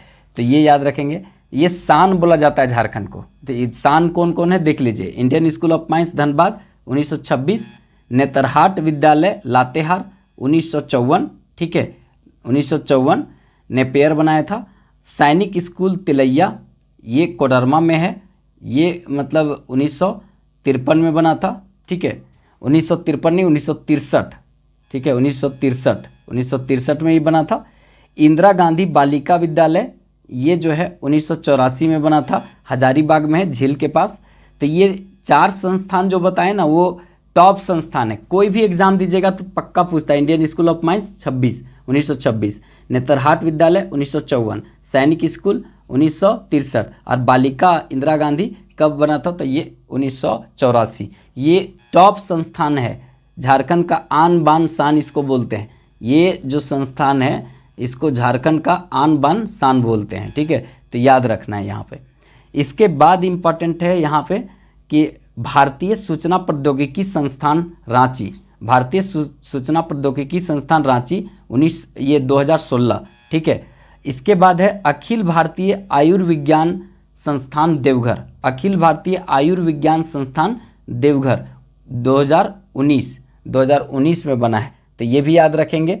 फिर एक आप लोग पढ़े होंगे हिंदी विद्यापीठ, ये देवघर में था, 1929 में ये बना था, लेकिन क्या हुआ कि 2015 में इसको सरकार ने मान्यता खत्म कर दिया, लेकिन फिर चर्चे में आ गया है, मतलब ऐसा बोला जा रहा है कि फिर से इसको मान्यता देके चालू किया जाएगा, ठीक है, तो याद रखेंगे यहाँ पे।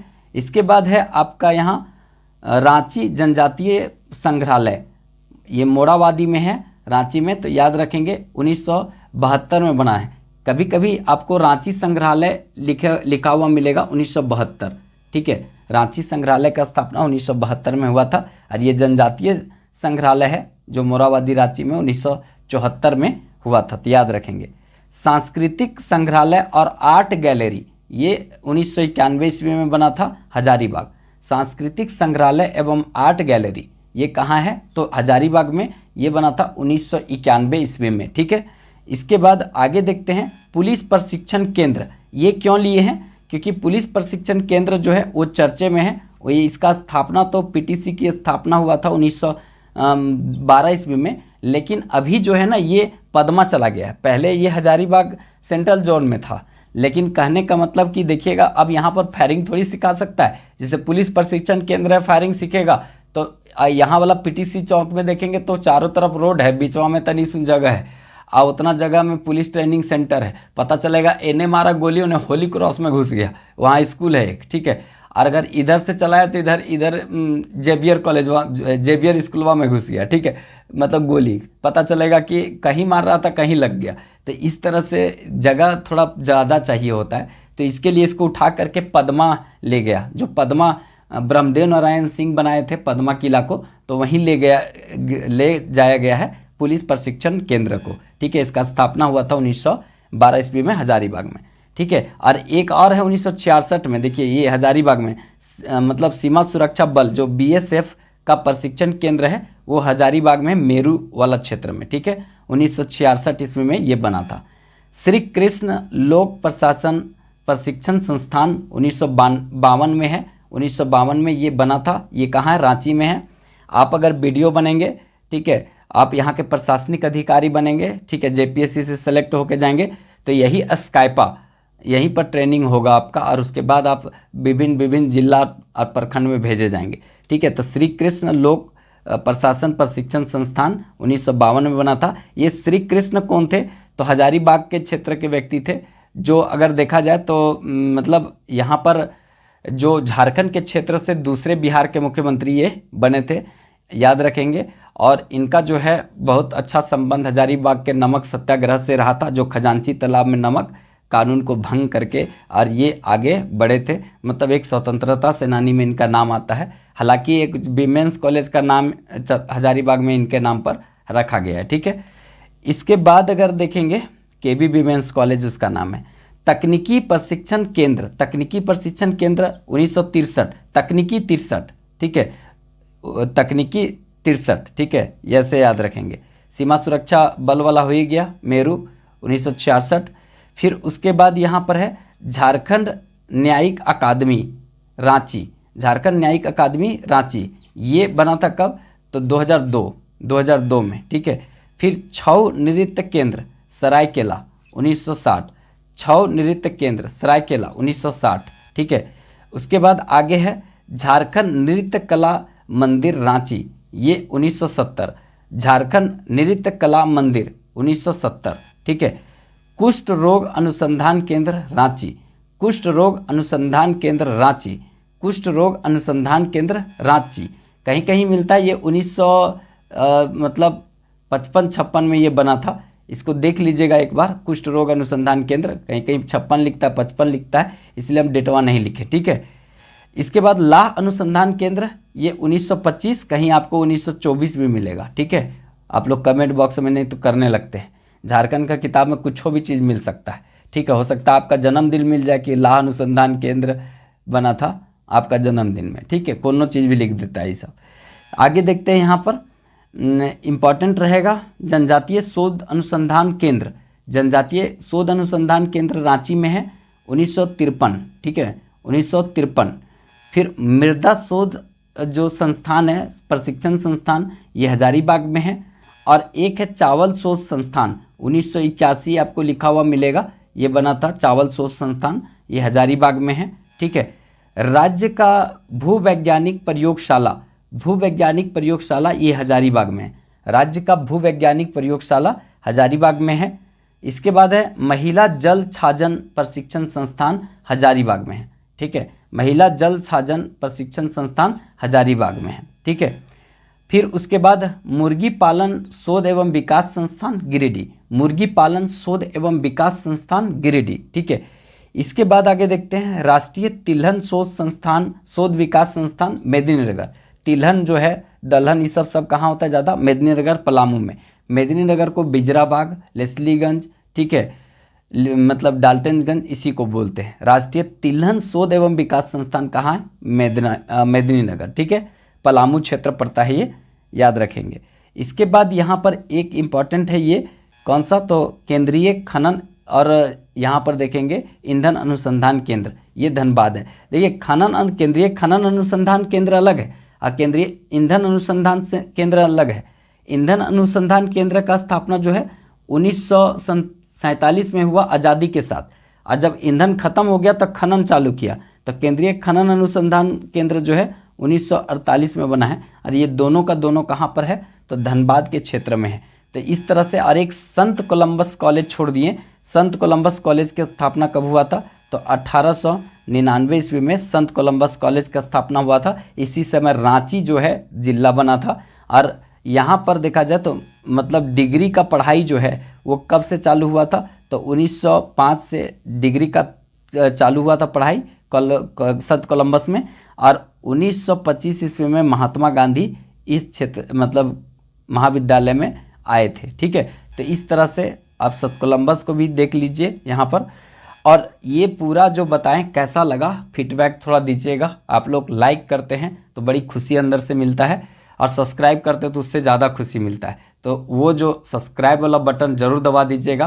करंट अफेयर 2024 को देखेंगे और पूरा विस्तार से समझने का प्रयास करेंगे। यहाँ से जितना भी एडिशनल फैक्ट बनेगा उसको भी साथ साथ देखने का प्रयास करेंगे। तो चीज़ों को अच्छे से लिखते चलिएगा, देखते चलिएगा, समझते चलिएगा, ठीक है। आप चाहे कोई भी एग्ज़ाम देंगे झारखंड का, चाहे जेपीएससी दे, जेएसएससी दे, चाहे सीजीएल दे, चाहे उत्पाद पुलिस दे, चाहे दरोगा का दे, जो झारखंड का एग्ज़ाम होगा यहाँ से पक्का क्वेश्चन देखने को मिलेगा। और साथ साथ में स्टैटिक जीके भी रख दिए हैं, जिससे कि आपका स्टैटिक जीके के साथ साथ में करंट अफेयर भी क्लियर हो जाए, ठीक है। तो ये पूरा आपके लिए है, ठीक है। तो चलिए हम स्टार्ट करते हैं एक एक क्वेश्चन को और पूरा एडिशनल फैक्ट के साथ जानते हुए चलेंगे। तो चलिए पहला क्वेश्चन देखते हैं। यहाँ पे वर्तमान में घरेलू बिजली उपभोक्ताओं को 125 यूनिट प्रति माह मुफ्त बिजली को बढ़ा करके कितना कर दिया गया है, तो याद रखिएगा ये 200 यूनिट कर दिया गया है। मतलब कि सबसे पहले तो 100 यूनिट मिलता था, ठीक है, सबसे पहले 100 यूनिट मिलता था, उसके बाद 125 यूनिट कर दिया गया, ठीक है। और अभी जो है वर्तमान में 200 यूनिट कर दिया गया है। ये नहीं कि आप दुकान में जलाएंगे तब किया गया है, नहीं, घरेलू उपभोक्ताओं को जो घर में बिजली जलाते हैं उनको 200 यूनिट तक फ्री दिया जाएगा, ठीक है। ऐसा नहीं कोई दुकान खोले हुए तो उसमें भी मिल जाएगा, ये सोच रहे होंगे तो ये गलत है। मतलब कि घरेलू बिजली उपभोक्ताओं को मिलेगा, दुकानदारी के लिए अलग होता है कॉमर्शियल मीटर, तो वो नहीं मिलेगा, ठीक है भाई साहब यहाँ पे। तो ये याद रखिएगा, ठीक है। अब बिजली का बात आया तो एक बात और याद रखिएगा, गेतल सूद जो रांची में है वहाँ पर 100 मेगावाट का, ठीक है, 100 मेगावाट का मतलब फ्लोटिंग सोलर प्लांट लगाया गया है ध्रुवा गेतल सूद में, तो ये भी आप याद रखिएगा। देखिए बिजली का बात आया तो 130 मेगावाट बिजली का क्षमता है किसका, स्वर्ण रेखा पर जो है हाइडल पावर प्रोजेक्ट रखा गया है उसका, ठीक है। तो क्षमता 130 मेगावाट का है लेकिन उत्पादन 120 मेगावाट करती है, ये याद रखेंगे। अगर यहाँ बिजली उत्पादन का बात आया तो याद रखिएगा बिजली से संबंधित बात है, तो दिमाग में रखना कि जो अडानी ग्रुप है वो 1600 मेगावाट पावर प्लांट जो है वो गोड्डा में लगाई है। ये थर्मल पावर प्रोजेक्ट है। हाइडल पावर प्रोजेक्ट जो होता है वो पानी से चलता है, ठीक है, हाइडल पावर प्रोजेक्ट। और थर्मल पावर प्रोजेक्ट कोयला से चलता है, वो बिटुमिनसवा जो कोयला हमारे यहाँ पाया जाता है उसी से चलता है, ठीक है। तो अडानी जो है वो 1600 मेगावाट का पावर प्लांट लगाई है गोड्डा में। कहाँ लगाई है? गोड्डा, जो सबसे ग्रामीण क्षेत्र गोड्डा है यहाँ लगाई है। और ये जो बिजली है कहाँ किसको बेचेगी? तो बांग्लादेश को, बांग्लादेश। अब पता नहीं बांग्लादेश को कैसे बेचेगी, अभी तो बांग्लादेश का अपनी स्थिति खराब है तो वो खरीद कहाँ से पाएगा, ठीक है। तो ये जो है बांग्लादेश को बेचेगी। और यहाँ पर देखा जाए तो 25% झारखंड को बिजली देगी और 75% बांग्लादेश को बेच देगी अडानी ग्रुप, ठीक है। और अडानी ग्रुप जो थर्मल पावर प्रोजेक्ट लगाई है गोड्डा में, तो इसको बिजली कहाँ से मिले, मतलब कोयला कहाँ से मिलेगा? तो कोयला जो है इसको, कोयला जो है ललमटिया से मिलेगा, ललमटिया, ठीक है।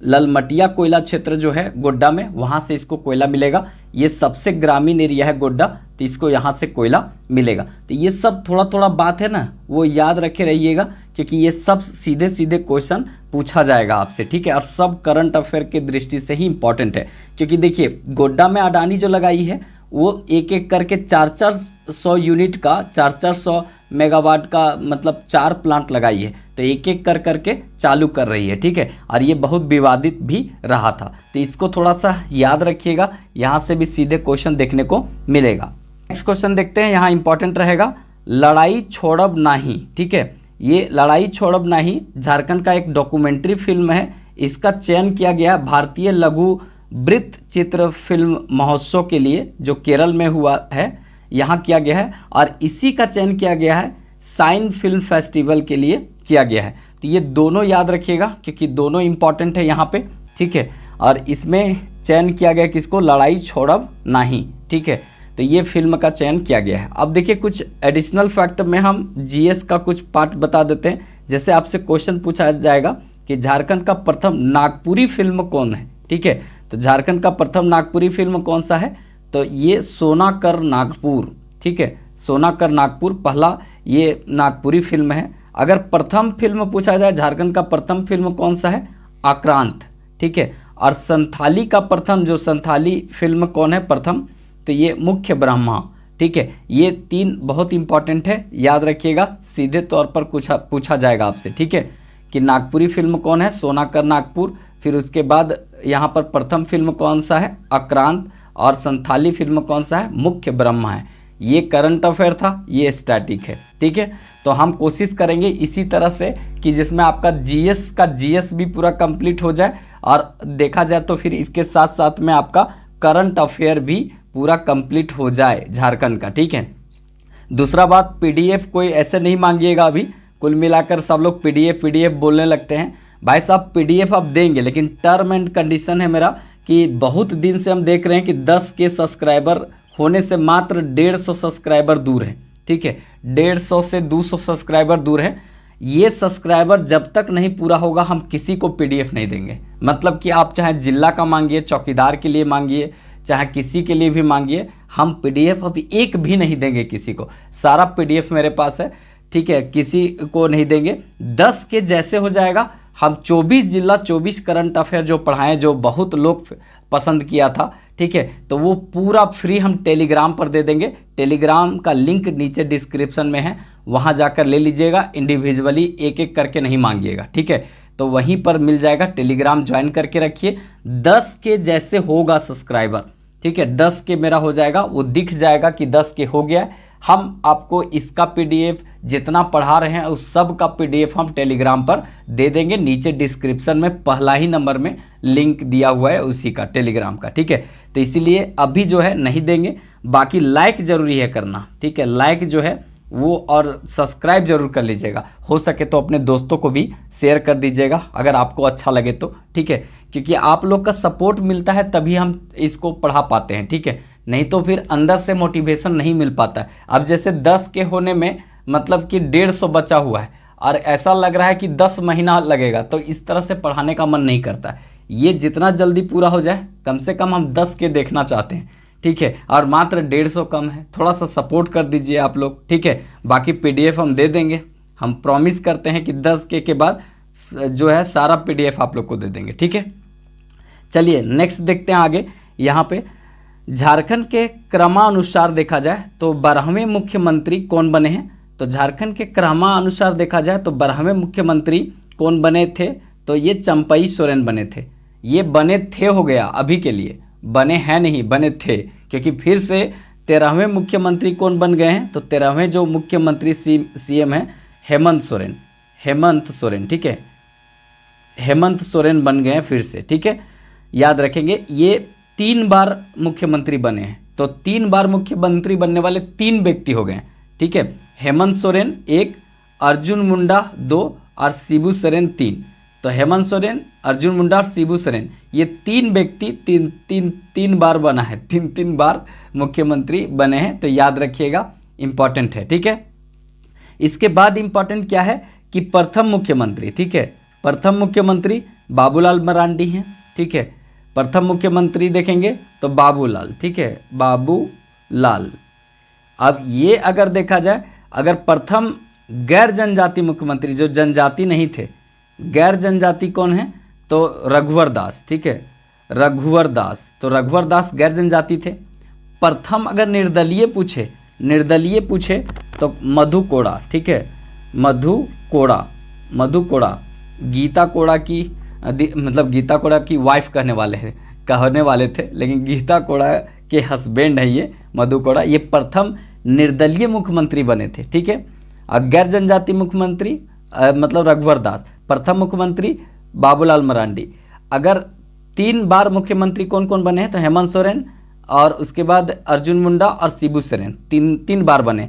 शिबू सोरेन जो है सबसे कम समय तक के लिए झारखंड के मुख्यमंत्री रहने वाले हैं, एक कार्यकाल में 10 दिन मात्र मुख्यमंत्री रहे थे शिबू सोरेन। तो ये सबसे कम कार्यकाल के लिए रहने वाले मुख्यमंत्री शिबू सोरेन हैं। अगर देखा जाए तो अभी जो है 13वें क्रम के हैं, मतलब ये हेमंत सोरेन। लेकिन व्यक्ति में देखा जाए तो व्यक्ति में कितने व्यक्ति अभी मुख्यमंत्री बन चुके हैं झारखंड के, तो टोटल जो है अगर देखा जाए तो 7 व्यक्ति झारखंड के मुख्यमंत्री बने हैं। लेकिन 13वें क्रम के अनुसार देखा जाए तो CM हेमंत सोरेन बने। तो ये सब जो बता रहे हैं ना, वो सब याद रखिएगा। एडिशनल फैक्ट जो है वो सीधे तौर पर पूछा जाता है, ठीक है। आगे देखते हैं, यहाँ पर ये भी इम्पॉर्टेंट रहेगा।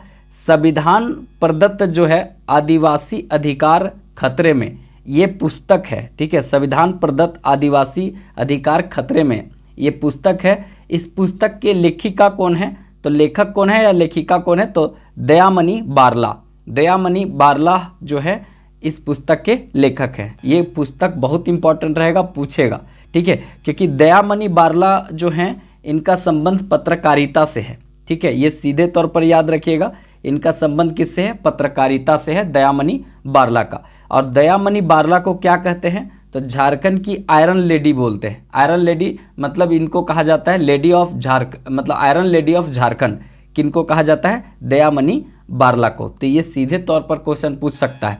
ये 2 बात याद रखिएगा। रेलवे जो आपका प्लेटफॉर्म होता है वहाँ पर झाड़ू उड़ू लगाती थी, पत्रकारिता के क्षेत्र में बहुत अच्छा काम की, राजनीतिक में भी बाद में दौड़ी थी ये। कुल मिलाकर बहुत इनका जो हिस्ट्री है बहुत मार्मिक टाइप का रहा है, आप पढ़ सकते हैं इनके बारे में। पत्रकारिता के क्षेत्र में इनके साथ क्या हुआ नहीं हुआ ये आप देखेंगे समझेंगे तब आपको समझ आएगा कि कितना मतलब स्ट्रगल की है वो, ठीक है।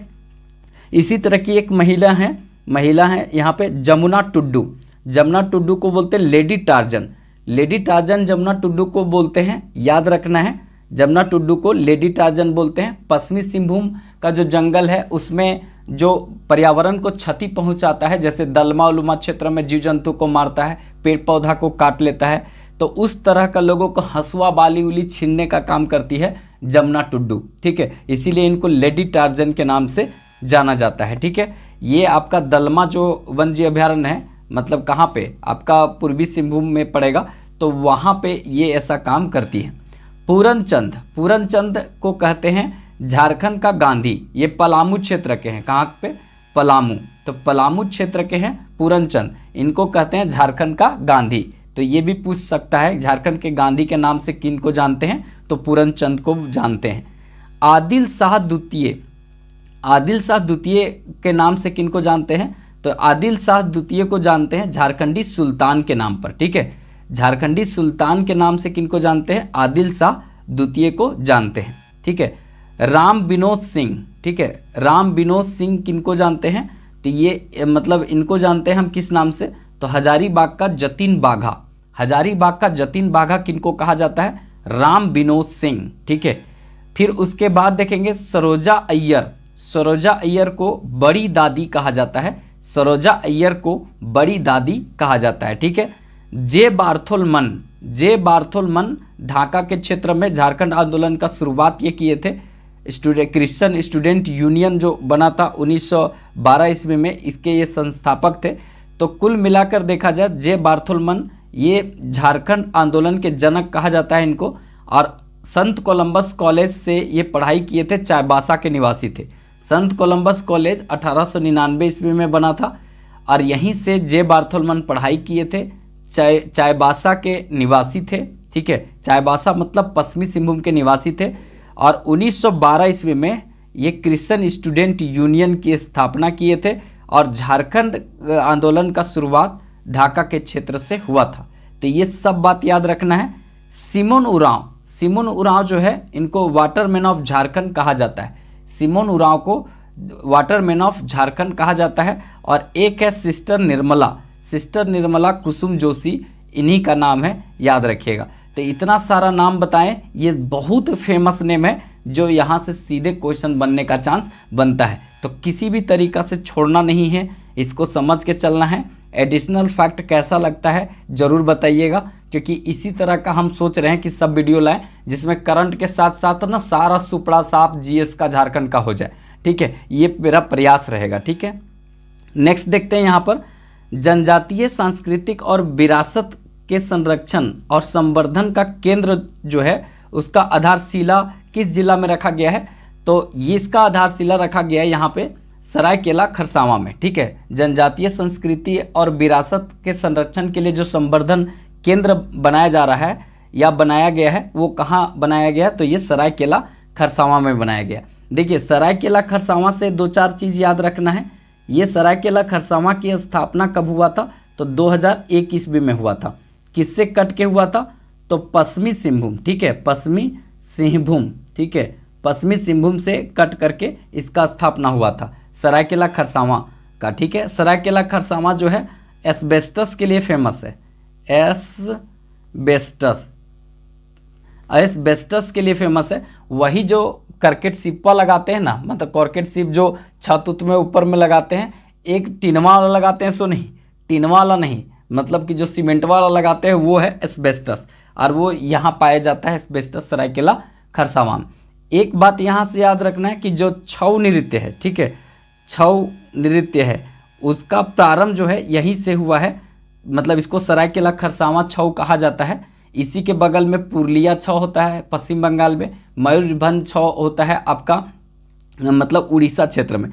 तो छऊ का प्रारंभ यहीं से हुआ है। 1938 ईस्वी में छऊ को आगे बढ़ाने का काम, यूरोप में प्रदर्शित करने का काम सुधेधु नारायण सिंह ने किया था।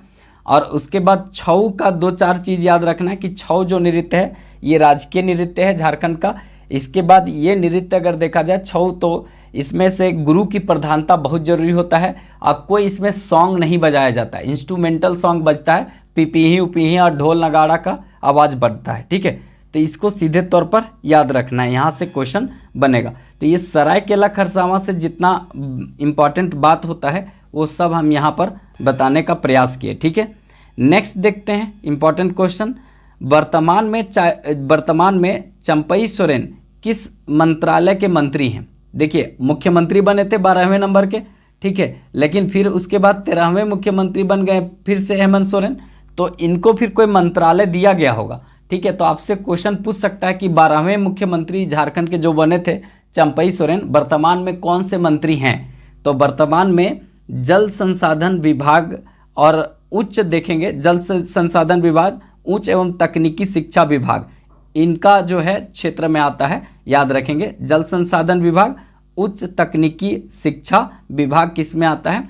तो ये आता है आपका चंपई सोरेन के मंत्रालय के अंतर्गत आता है। अभी जो है फिर से ये कोई मंत्रालय दे दिया गया इनको, मतलब मुख्यमंत्री से ये हट गए हैं, ठीक है। अब यहाँ पर नए जो मंत्री बने हैं सब याद रखिएगा, क्योंकि नए मंत्री एकदम पक्का पूछा जाएगा, ठीक है, चाहे आप कोई भी एग्जाम देंगे। देखिए, पेयजल और स्वच्छता मंत्री कौन है? तो पेयजल और स्वास्थ्य से संबंधित नहीं, पेयजल और स्वच्छता जो मंत्री हैं वो हैं कौन? तो मिथिलेश कुमार ठाकुर, ठीक है। और स्वास्थ्य मंत्री तो बन्ना गुप्ता है, लिखें कि नहीं बन्ना गुप्ता को, ठीक है, हाँ यहाँ लिखें बन्ना गुप्ता, नहीं तो गड़बड़ हो जाएगा, ठीक है, उनको छोड़ना नहीं है, बन्ना गुप्ता को छोड़ना नहीं है, ठीक है। तो यहाँ पर पेयजल एवं स्वच्छता विभाग किनके पास है? तो मिथिलेश कुमार ठाकुर के पास है। इसके बाद वित्त विभाग देखा जाए और इसके बाद यहाँ पर विकास विभाग देखा जाए तो रामेश्वर उरांव के पास है। ये सबसे ज़्यादा उम्रदराज व्यक्ति हैं, जो झारखंड कैबिनेट में सबसे ज़्यादा उम्रदार व्यक्ति हैं, मतलब बहुत ज़्यादा उम्र है इनका, ठीक है। और शिल्पी नेहा तिर्की सबसे कम उम्र की विधायक हैं, वो भी याद रखेंगे, और ये सबसे उम्रदराज हैं, ठीक है। उसके बाद नेक्स्ट देखते हैं, यहाँ पर एक है श्रम नियोजन मंत्री और कौशल विकास विभाग इनके पास है। उद्योग विभाग है सत्यानंद भोक्ता, लालटेन छाप से ये चतरा से लड़े थे, विधायक रहे हैं, अभी विधायक हैं अभी, ठीक है। नेक्स्ट क्वेश्चन यहाँ देखते हैं, स्कूली शिक्षा और साक्षरता विभाग जो है और मद्य निषेध उत्पादन और मद्य निषेध विभाग किनके पास है? बैद्यनाथ राम के पास है, तो याद रखिएगा। नेक्स्ट है यहाँ पे अनुसूचित जाति, अनुसूचित जनजाति, अनुसूचित जाति, पिछड़ा वर्ग के मंत्री कौन है? ये दीपक बिरुआ हैं, याद रखेंगे, ठीक है। इसके बाद यहाँ पर है स्वास्थ्य मंत्री कौन है? तो बन्ना गुप्ता है। स्वास्थ्य मंत्री कौन है? बन्ना गुप्ता है। इसके बाद ग्रामीण विकास और पंचायती राज विभाग किनके पास है? इरफान अंसारी, वही जामताड़ा वाला विधायक, ठीक है। जामताड़ा वाला जो विधायक है जो बार बार बहुत चर्चे में रहते हैं, यही है इरफान अंसारी, ठीक है। और यही जामताड़ा के क्षेत्र नाला से आते हैं रविंद्रनाथ महतो, जो अभी अध्यक्ष हैं विधानसभा के, ठीक है। वो नाला, वहाँ पर 2 विधानसभा क्षेत्र है, एक है आपका मतलब जामताड़ा, इरफान अंसारी है, और एक है नाला। नाला जो है वो है मतलब वहाँ जो विधानसभा के अध्यक्ष हैं, ठीक है, रविंद्रनाथ महतो, वो हैं, याद रखिएगा। अल्पसंख्यक कल्याण विभाग, पर्यटन विभाग, ये बहुत इंपॉर्टेंट विभाग है, ठीक है। अल्पसंख्यक विभाग, पर्यटन विभाग, सांस्कृतिक और खेलकूद विभाग किनके पास है? हफीजुल अंसारी के पास है, हफीजुल अंसारी के पास है। महिला बाल विकास और सामाजिक सुरक्षा किनके पास है? बेबी देवी। महिला बाल विकास और सामाजिक सुरक्षा किसके पास है? तो बेबी देवी के पास है। मतलब देखा जाए तो शिक्षा मंत्री के मृत्यु के बाद इनकी वाइफ को बनाया गया था, ठीक है। शिक्षा मंत्री कौन थे बताइएगा कमेंट करके। और इनको सबसे पहले मद्य निषेध बनाया गया था, लेकिन अभी जो है महिला बाल विकास और सामाजिक सुरक्षा मंत्रालय इनको दिया गया है। नेक्स्ट देखते हैं, ये कृषि पशुपालन और सहकारिता विभाग और आपदा प्रबंधन विभाग जो है दीपिका पांडे के पास है, ठीक है। दीपिका पांडे के पास है, मतलब कृषि पशुपालन और सहकारिता विभाग दीपिका पांडे के पास है। ये पहले जो था बादल पत्रलेख के पास था, लेकिन अब दीपिका पांडे के पास आ गया है, ये याद रखिएगा, इंपॉर्टेंट रहेगा यहाँ से। और आप लोग को हम बता देते हैं कि मुख्यमंत्री सहित जोड़िएगा तो मंत्री झारखंड में कितने बनते हैं? तो 12 संख्या होता है। नंबर ऑफ मंत्री कितने होते हैं? 12 होते हैं यहाँ पे। अब 12 क्यों होते हैं? तो आपको पता होगा 91वां जो संविधान संशोधन हुआ था, इसके तहत कहा गया था कि या तो जो मंत्री है वो कितना प्रतिशत होंगे? तो मंत्री जो है 15% से ज़्यादा नहीं हो सकते हैं, यही बोला गया था। लेकिन अगर मिनिमम जो संख्या है वो बोला गया था कितना होगा? तो मिनिमम संख्या जो है वो 12 हो सकता है, 12 से कम भी नहीं होना चाहिए मंत्री, और नहीं तो 15% होना चाहिए। तो इस तरह से देखा जाए तो यहाँ पर 12 मंत्री होते हैं, याद रखिएगा। मतलब कि 80 का देखा जाए तो 80 में मेरे यहाँ 15% निकालेंगे तो 12.5 मतलब 12 होगा। तो याद रखिएगा, इसीलिए हमारे यहाँ मुख्यमंत्री सहित 12 मंत्री होते हैं 91वां संविधान संशोधन के द्वारा। नेक्स्ट क्वेश्चन यहाँ देखते हैं, झारखंड के 3 खिलाड़ी को राष्ट्रीय रग्बी कैंप के लिए चयन किया गया है। रघुवीर नहीं है, रग्बी, ठीक है, रग्बी जो है यहाँ पर देखा जाए तो रग्बी के लिए चयन किया गया है किनको, तो 3 खिलाड़ी को किया गया है। अंकित भेगड़ा, ठीक है, नाम नन मुंडू, ठीक है, मुंडू, ये नाम गजब गजब का है, थोड़ा कभी कभी नाम पढ़ेबो नहीं करता है, ठीक है। और इसके बाद एक है अजीत नाग, ठीक है। तो ये 3 खिलाड़ी को यहाँ पे चयन किया गया है। तो वीडियो कैसा लगा आप लोग बताइएगा। देखिए इसमें कुछ खिलाड़ी जैसे दीपिका कुमारी को याद रखिएगा, ये तीरंदाजी से संबंधित है। पूर्णिमा महतो, ये भी तीरंदाजी से संबंधित है, अभी इंडिया टीम की कोच भी है ये, ठीक है। उनके बाद देखेंगे तो सुमराय टेट्टे, सिलवानु डुगडुग, ठीक है, मतलब उसके बाद निक्की प्रधान, अंशुता लकड़ा, ये सब का संबंध हॉकी से है, ठीक है। उसके बाद अगर फुटबॉल की खिलाड़ी बताइएगा, जो अष्टम उरांव हैं गुमला क्षेत्र से, वो फुटबॉल खेलती है। ये सब फेमस हैं, इसीलिए इस सब का नाम याद रहना चाहिए, ठीक है। दीप सेन गुप्ता, मतलब जो व्यक्ति थे यहाँ पर इस क्षेत्र के, तो वो सबसे पहले शतरंज के खिलाड़ी रहे हैं। तो इस तरह का जितना भी क्वेश्चन है ना, वो कहीं ना कहीं पूछा जा सकता, खाली महेंद्र सिंह धोनी नहीं पूछेगा, ठीक है। तो कैसा लगा आप लोग को वीडियो, थोड़ा ज़रूर बताइएगा कमेंट करके, क्योंकि आप लोग का कमेंट का इंतज़ार रहेगा हमको। और थोड़ा सा लाइक ज़रूर कर दीजिएगा, और चैनल सब्सक्राइब नहीं किए होंगे तो चैनल सब्सक्राइब कर लीजिएगा, क्योंकि झारखंड के अनुसूचित जाति और जनजाति को पूरा विस्तार से देखने का प्रयास करेंगे। यहाँ से जितना भी क्वेश्चन पूछा जा सकता है उन सब को यहाँ लेने का प्रयास किए हैं। चाहे झारखंड का आप कोई भी एग्जाम दे, जेपीएससी, जेएसएससी का, फिर आप उत्पाद पुलिस, या अभी जो चौकीदार का एग्जाम हो रहा है उसमें सब में काम करेगा। आप कोई भी जिला के हो तो इसको अच्छे से देख लीजिएगा, क्योंकि यहाँ से अच्छा क्वेश्चन बन सकता है अनुसूचित जाति और जनजाति से, क्योंकि झारखंड के क्षेत्र में अनुसूचित जाति और जनजातियों का अच्छा खासा प्रतिशत है। मतलब कि लगभग ये दोनों का जो मिला देंगे तो आधा लगभग संख्या ये सब का बनता है। तो इसलिए यहाँ से अच्छा क्वेश्चन बनता है। तो इसको थोड़ा सा अच्छे से पढ़ लीजिएगा, देख लीजिएगा। डाटा बहुत है तो याद आपको बहुत अच्छा करना पड़ेगा, और नहीं याद कीजिएगा तो सीधे का सीधा क्वेश्चन जो है आपका खोपड़ी से बाहर हो जाएगा। तो कुल मिलाकर ये सब देखिए पूरा अच्छा कंटेंट लिखा गया है। मतलब ये जो है ना, आपका देखा जाए तो चौकीदार का जो एग्ज़ाम हो रहा है सब जिला में, उसमें भी काम करेगा, और अगर आप झारखंड के कोई भी एग्ज़ाम देंगे तो वहाँ भी काम करेगा। तो विस्तार से हम बताने का प्रयास करेंगे, और कुछ एडिशनल फैक्ट भी समझाएंगे। तो चीज़ों को अच्छे से लिखते चलिएगा, पढ़ते चलिएगा, समझते चलिएगा, ठीक है। तो चलिए स्टार्ट करते हैं। देखिए जितना भी डाटा लिया गया है वो 2011 के जनगणना के अनुसार लिया गया है, ठीक है। किसके अनुसार लिया गया है, तो आप लोग को ये ध्यान में रख लेना है कि जो भी डाटा यहाँ पर लिया गया है वो सारा डेटा हम बात कहाँ पे करेंगे, तो 2011 के जनगणना के अनुसार बात करेंगे कि 2011 का जनगणना के अनुसार यहाँ क्या स्थिति बना है, उसके अनुसार देखेंगे, ठीक है। क्योंकि 2021 वाला अभी तक जो है आया नहीं है, जितना सर्वे जो यहाँ पर जनगणना हुआ है उसका कोई रिपोर्ट नहीं आया है। तो अभी इसी को आधार मान करके हम पढ़ेंगे, ठीक है। तो ध्यान में रखना है 2011 का जनगणना। अब आगे यहाँ देखते हैं, सबसे पहला है अनुसूचित जाति के बारे में देखते हैं, ठीक है। इसके बाद अनुसूचित जनजाति के बारे में देखेंगे, ठीक है। तो देखिए सबसे पहले अनुसूचित जाति का कुल जनसंख्या कितना है, तो कुल जनसंख्या कितना है तो याद रखेंगे 39,85,644, 39,85,644 इसकी क्या है तो जनसंख्या है, टोटल जनसंख्या अनुसूचित जाति का, ठीक है। राज्य में देखा जाए तो राज्य में कुल इसका अगर प्रतिशत कितना है तो कुल प्रतिशत कितना है 12.1%। कितना प्रतिशत है 12.1%। मतलब झारखंड में जितना आबादी है उसका 12.1% कौन लोग हैं तो अनुसूचित जाति, मतलब इसको बोलते हैं एससी, ठीक है, शेड्यूल कास्ट, ठीक है, याद रखेंगे। इसके बाद ग्रामीण क्षेत्र में कितना लोग रहते हैं तो याद रखेंगे ग्रामीण क्षेत्र में इनकी आबादी है 20,43,458, 20,43,458, ये हो गया इसका ग्रामीण आबादी।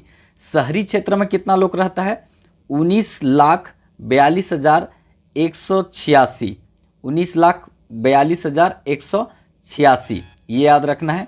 ग्रामीण क्षेत्र में इनकी अगर संख्या देखा जाए तो कितना है तो 79.11%, 79.11% आबादी जो है वो ग्रामीण क्षेत्र में निवास करते हैं। याद रखेंगे कौन लोग? अनुसूचित जाति लोग, मतलब एससी लोग। ठीक है, अब यहाँ पर आगे देखते हैं। देखिए सबसे ज़्यादा जो है कहाँ पर रहता है, यहाँ पे देखा जाए तो इनकी संख्या सबसे ज़्यादा कहाँ है? अगर संख्या देखा जाए, सर्वाधिक अनुसूचित जाति का जो संख्या है वो कहाँ पर है? पलामू में। पलामू में है कितना? तो याद रखेंगे यहाँ पर इम्पॉर्टेंट है, पलामू में कितना है? तो 5,36,382, 5,36,382 इनकी संख्या है पलामू में। इसीलिए जो पलामू का एक अनुसूचित जाति के लिए, ठीक है, अनुसूचित जाति मतलब एससी के लिए अगर देखा जाए तो एससी के लिए एक लोकसभा जो क्षेत्र है, लोकसभा जो सीट है, वो लोकसभा का सीट जो है वो आरक्षित है। तो पलामू के लिए जो लोकसभा सीट आरक्षित है, क्यों? क्योंकि इसकी संख्या यहाँ सबसे ज़्यादा है। तो याद रखेंगे एक ही सीट है जो मतलब लोकसभा सीट जो पलामू है वो एससी के लिए रिजर्व है। और यहाँ एससी का जो संख्या कितना है, एसटी हम शायद बोल दिए होंगे गलती से, तो एससी का संख्या कितना है? तो यहाँ पर 12.1% है। ठीक है, ये हो गया। अब यहाँ पर इम्पॉर्टेंट हो जाता है ये वाला जो आगे इम्पॉर्टेंट है। देखिए यहाँ पर क्या है कि सर्वाधिक अनुसूचित जो जाति का प्रतिशत है वो 5 जिला में कहाँ कहाँ है? तो सबसे ज़्यादा देखा जाए तो चतरा में है, 32.7%। ये पूछ सकता है, चतरा का चौकीदार का एग्जाम में पूछेगा। तो याद रखेंगे यहाँ कितना है? तो ये है 32.7%। सर्वाधिक प्रतिशत में चतरा में है कौन लोग? एससी लोग। ठीक है, उसके बाद पलामू में है कितना है? तो 27.65%, 27.65%। गढ़वा में कितना है?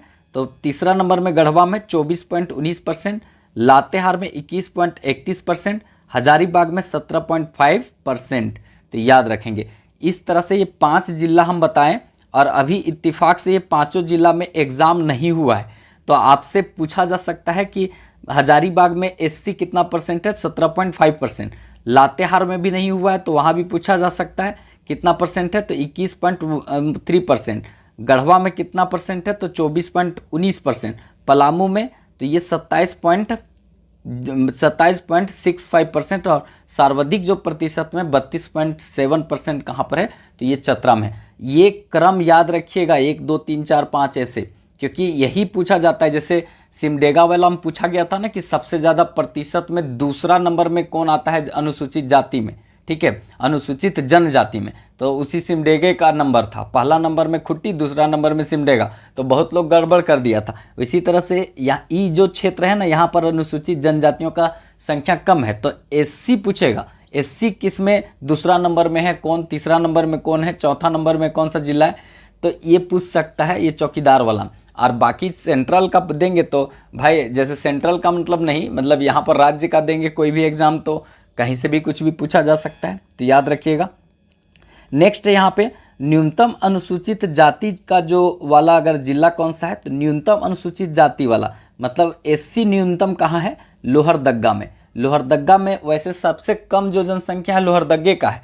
ठीक है, उसमें भी एससी का संख्या सबसे कम है लोहरदग्गा में, 15,330 लोग ही मात्र यहाँ पर एससी हैं, मतलब अनुसूचित जाति हैं। ठीक है, और अगर प्रतिशत में बोला जाए कि न्यूनतम कहाँ पर है? तो पाकुड़ में है। अनुसूचित जाति प्रतिशत में कहाँ पर है? पाकुड़ में, मात्र 3.2% पाकुड़ में है। तो क्वेश्चन पूछ सकता है कि पाकुड़ में अनुसूचित जनजातियों का, अनुसूचित जातियों का संख्या कितना परसेंट है? तो 3.2% पाकुड़ में ये पूछ सकता है एग्जाम में। इसीलिए जिला वाले बढ़िया से याद कर लीजिएगा, क्योंकि यहाँ से अच्छा क्वेश्चन बन सकता है। ठीक है, आगे देखते हैं। यहाँ से सीधे क्वेश्चन आगे बनेगा क्या, उसको देखते हैं। इंपॉर्टेंट रहेगा, अनुसूचित जाति की जो संख्या के दृष्टि से देश में इसका स्थान कितना होता है? तो अनुसूचित जाति के दृष्टि से देखेंगे, संख्या की दृष्टि तो इसका स्थान कितना है? तो ये 14वां स्थान आता है। लेकिन यही अनुसूचित जाति का प्रतिशत की दृष्टि से देखेंगे तो प्रतिशत की दृष्टि से 19वां स्थान। प्रतिशत की दृष्टि से पूछेगा देश में, मतलब जो है अनुसूचित जाति का कितनावां स्थान आता है हमारे राज्य में? तो हमारे राज्य का तो याद रखेंगे 19वां। हमारा राज्य जो है वो प्रतिशत के दृष्टि से देखेंगे अनुसूचित जाति वाला में, तो वो 19वां नंबर में आएगा। और हमारा राज्य अगर संख्या की दृष्टि से देखेंगे अनुसूचित जाति का, तो वो 14वां नंबर में आता है। तो ये दोनों याद रखिएगा, ठीक है। इसके बाद अगर देखा जाए तो अनुसूचित जाति में सर्वाधिक शिक्षित है धोबी, ठीक है। अनुसूचित जाति अगर टोटल पूछा जाए तो कितना है, तो याद रखेंगे 22 अनुसूचित जाति हैं, ठीक है हमारे यहाँ। उसमें से सबसे ज़्यादा पढ़ा लिखा लोग धोबी लोग है, बड़ी सारा टीचर मिलेगा आपको, ठीक है। रजक लोग जो होता है ना, बहुत ज़्यादा टीचर मिलेगा। तो सबसे ज़्यादा शिक्षित कौन है, तो धोबी लोग है। और टोटल अनुसूचित जाति कितना है, तो एससी कितना है, तो 22 यहाँ पर एससी है, याद रखिएगा। तो ये जितना भी इम्पोर्टेंट था वो हम सब यहाँ पर बताने का प्रयास किए, तो इसको थोड़ा सा अच्छे से देख लीजिएगा। अब झारखंड का जो है अनुसूचित देख लेते हैं, अनुसूचित जनजाति, ठीक है। अनुसूचित जनजाति शब्द जो है, जनजाति शब्द किसने दिया था, ठक्कर बप्पा ने अनुसूचित जनजाति शब्द दिया था, ठक्कर बप्पा ने। और अनुसूचित जाति जो एससी हैं उनको हरिजन कौन कहा था, तो महात्मा गांधी ने। हरिजन मतलब हरि मतलब भगवान का वो सब जन है, ठीक है, उनका वो पुत्र हैं, तो ये किसने कहा था, महात्मा गांधी ने। हरिजन किसने कहा था, महात्मा गांधी ने। और जनजाति शब्द किसने दिया था, तो ठक्कर बप्पा ने दिया था, ठक्कर बप्पा ने ठोक के दिया था अनुसूचित जाति शब्द। देश में देखेंगे ना तो अनुसूचित जाति जो है, अनुसूचित जाति एससी देश में कितना है, तो याद रखेंगे देश में इनका 16.5% के आसपास है, ठीक है इनका। और अगर इनका जो है ना लोकसभा में सीटों की संख्या देखेंगे तो 84 है, ठीक है, 84 सीट है लोकसभा में। अभी जो है 104वां संविधान संशोधन के तहत ये SC ST का जो है आरक्षण 10 वर्षों के लिए बढ़ा दिया है। अभी आरक्षण के लेकर के मामला भी बड़ी गंभीर है, ठीक है, क्योंकि बहुत ज़्यादा चल रहा है, क्योंकि कुछ मतलब क्षेत्र में इनका आरक्षण जो है समाप्त करने का बात कर रहा है, इसीलिए, ठीक है, नहीं आरक्षण नहीं दिया गया है इसलिए, ठीक है, समाप्त करने का बात तो नहीं होगा, क्योंकि यहाँ पर जो है 10 साल के लिए 104वां संविधान संशोधन के द्वारा बढ़ा दिया गया, ठीक है। तो ये टोटल प्रतिशत है अनुसूचित जाति का। अगर इसी तरह से पूछा जाए अनुसूचित जनजाति शब्द किसने दिया था, तो ठक्कर बप्पा ने दिया था। अनुसूचित जनजाति कितना परसेंट है पूरा देश की आबादी का, 8.6% के आसपास में, ठीक है। ये टोटल जो प्रतिशत है अनुसूचित जाति जनजाति शेड्यूल ट्राइब ये ST का कितना है, 8.6%। इसीलिए लोकसभा में देखेंगे, लोकसभा में अगर देखा जाए तो इसके सीटों की संख्या कितना है, 47, ठीक है, 47 इसके सीटों की संख्या है। तो ये सब याद रखेंगे, यहाँ से इंपॉर्टेंट क्वेश्चन पूछा जाएगा, तो कोई गड़बड़ नहीं करने का, ठीक है, कोई गड़बड़ नहीं करने का। अब देखिए झारखंड में अनुसूचित जनजाति, अब अनुसूचित जनजाति का पूरा डिटेल देखते हैं। देखिए पहला कुल आबादी इसका कितना है अनुसूचित जनजाति का, तो अनुसूचित जनजाति का आबादी है 86,45,042, 86,45,042, 86,45,042 है, ये याद रखेंगे। इसके बाद नेक्स्ट देखते हैं राज्य की कुल जो आबादी है उसका कितना प्रतिशत है, तो 26.2%, 26.2% इसकी आबादी है, किसकी, तो ST का। ST का आबादी टोटल हमारा जितना झारखंड का आबादी है उसका 26.2% यहाँ इसकी आबादी है, याद रखिएगा, ठीक है। पुरुष आबादी का बात करें, जनसंख्या कितना है, तो पुरुष जनसंख्या यहाँ देखा जाए तो कितना है, 43,15,407, 43,15,407। अब महिलाओं की जनसंख्या कितना है, 43,29,635, 43,29,635 मतलब 35 क्या है, महिलाओं की संख्या है अनुसूचित जनजाति। आप अच्छे से देखेंगे तो महिलाओं की संख्या जो है ना पुरुषों की संख्या से ज़्यादा है, महिलाओं की संख्या पुरुषों की संख्या से ज़्यादा है, इसलिए क्योंकि इसमें डोरी सिस्टम नहीं पाया जाता है, दहेज प्रथा नहीं पाया जाता है। हमारे यहाँ तो लड़का डॉक्टर, इंजीनियर, IAS IPS और PCS अधिकारी बनता है, तो वो सब का एक अलग अलग दाम रखा जाता है, ठीक है। डॉक्टर ऐसे मतलब मोल भाव किए चलेगा, रिक्शा में लेकर के, ऑटो में लेकर के, कि डॉक्टर है, डॉक्टर मतलब दूल्हा डॉक्टर, इंजीनियर, तो सब ऊपर से छतवा से महिला पूछती है डॉक्टर के भाव, तो डॉक्टर 1 करोड़, तो अच्छा 1 करोड़ नहीं तो बहुत ज़्यादा रेट है, तो ये लगा दो मतलब PGT टीचर हुआ के, तो अच्छा एकर 50 लाख है, अरे बाप रे बाप, ये भी बड़ी भाव है। तो फिर अच्छा वो लाइव असिस्टेंट वाला तो लैब असिस्टेंट वाला का तो 20 लाख उकरो है, बड़ी भाव आजकल महंगाई चल रहा है लड़का का भाव। तो भाई इस तरह से फिर उसके बाद मतलब इस तरह का मोल भाव होता है मार्केट में। आईएएस अधिकारी है 2 करोड़ इस तरह, तो ये इस तरह का भाव होता है, मतलब बेचा जाता है लड़कों का। तो ये सौदा यहाँ नहीं होता है, जनजातियों में ये सौदा नहीं होता है। तो इसीलिए महिला लोग ज़्यादा है और पुरुष लोग कम है। अभी भी लिंगानुपात को बैलेंस करना, डोरी सिस्टम को ख़त्म कर दीजिए, दहेज प्रथा को ख़त्म कर दीजिए, देखिए तुरंत जो है महिलाओं की संख्या धड़धड़ा के बढ़ जाएगा, लड़कों का संख्या धड़धड़ा के कम हो जाएगा। लेकिन ऐसा नहीं होगा, मतलब हमारे समाज में ये कुरीतियाँ मतलब बहुत व्याप्त है दहेज सिस्टम का, ठीक है। तो यहाँ महिलाओं की संख्या ज़्यादा है। देखिएगा ना, अनुसूचित जनजाति मतलब एसटी में अगर देखा जाए तो लिंगानुपात कितना है, देखिए 1003 महिलाओं पर 1000 पुरुषों की संख्या है। सोचिए, ये उलट नहीं गया पासा, 3 लड़कियों का ब्याह नहीं होगा, मतलब कि यहाँ 1003 महिलाएं हैं और उस पर 1000 पुरुष है।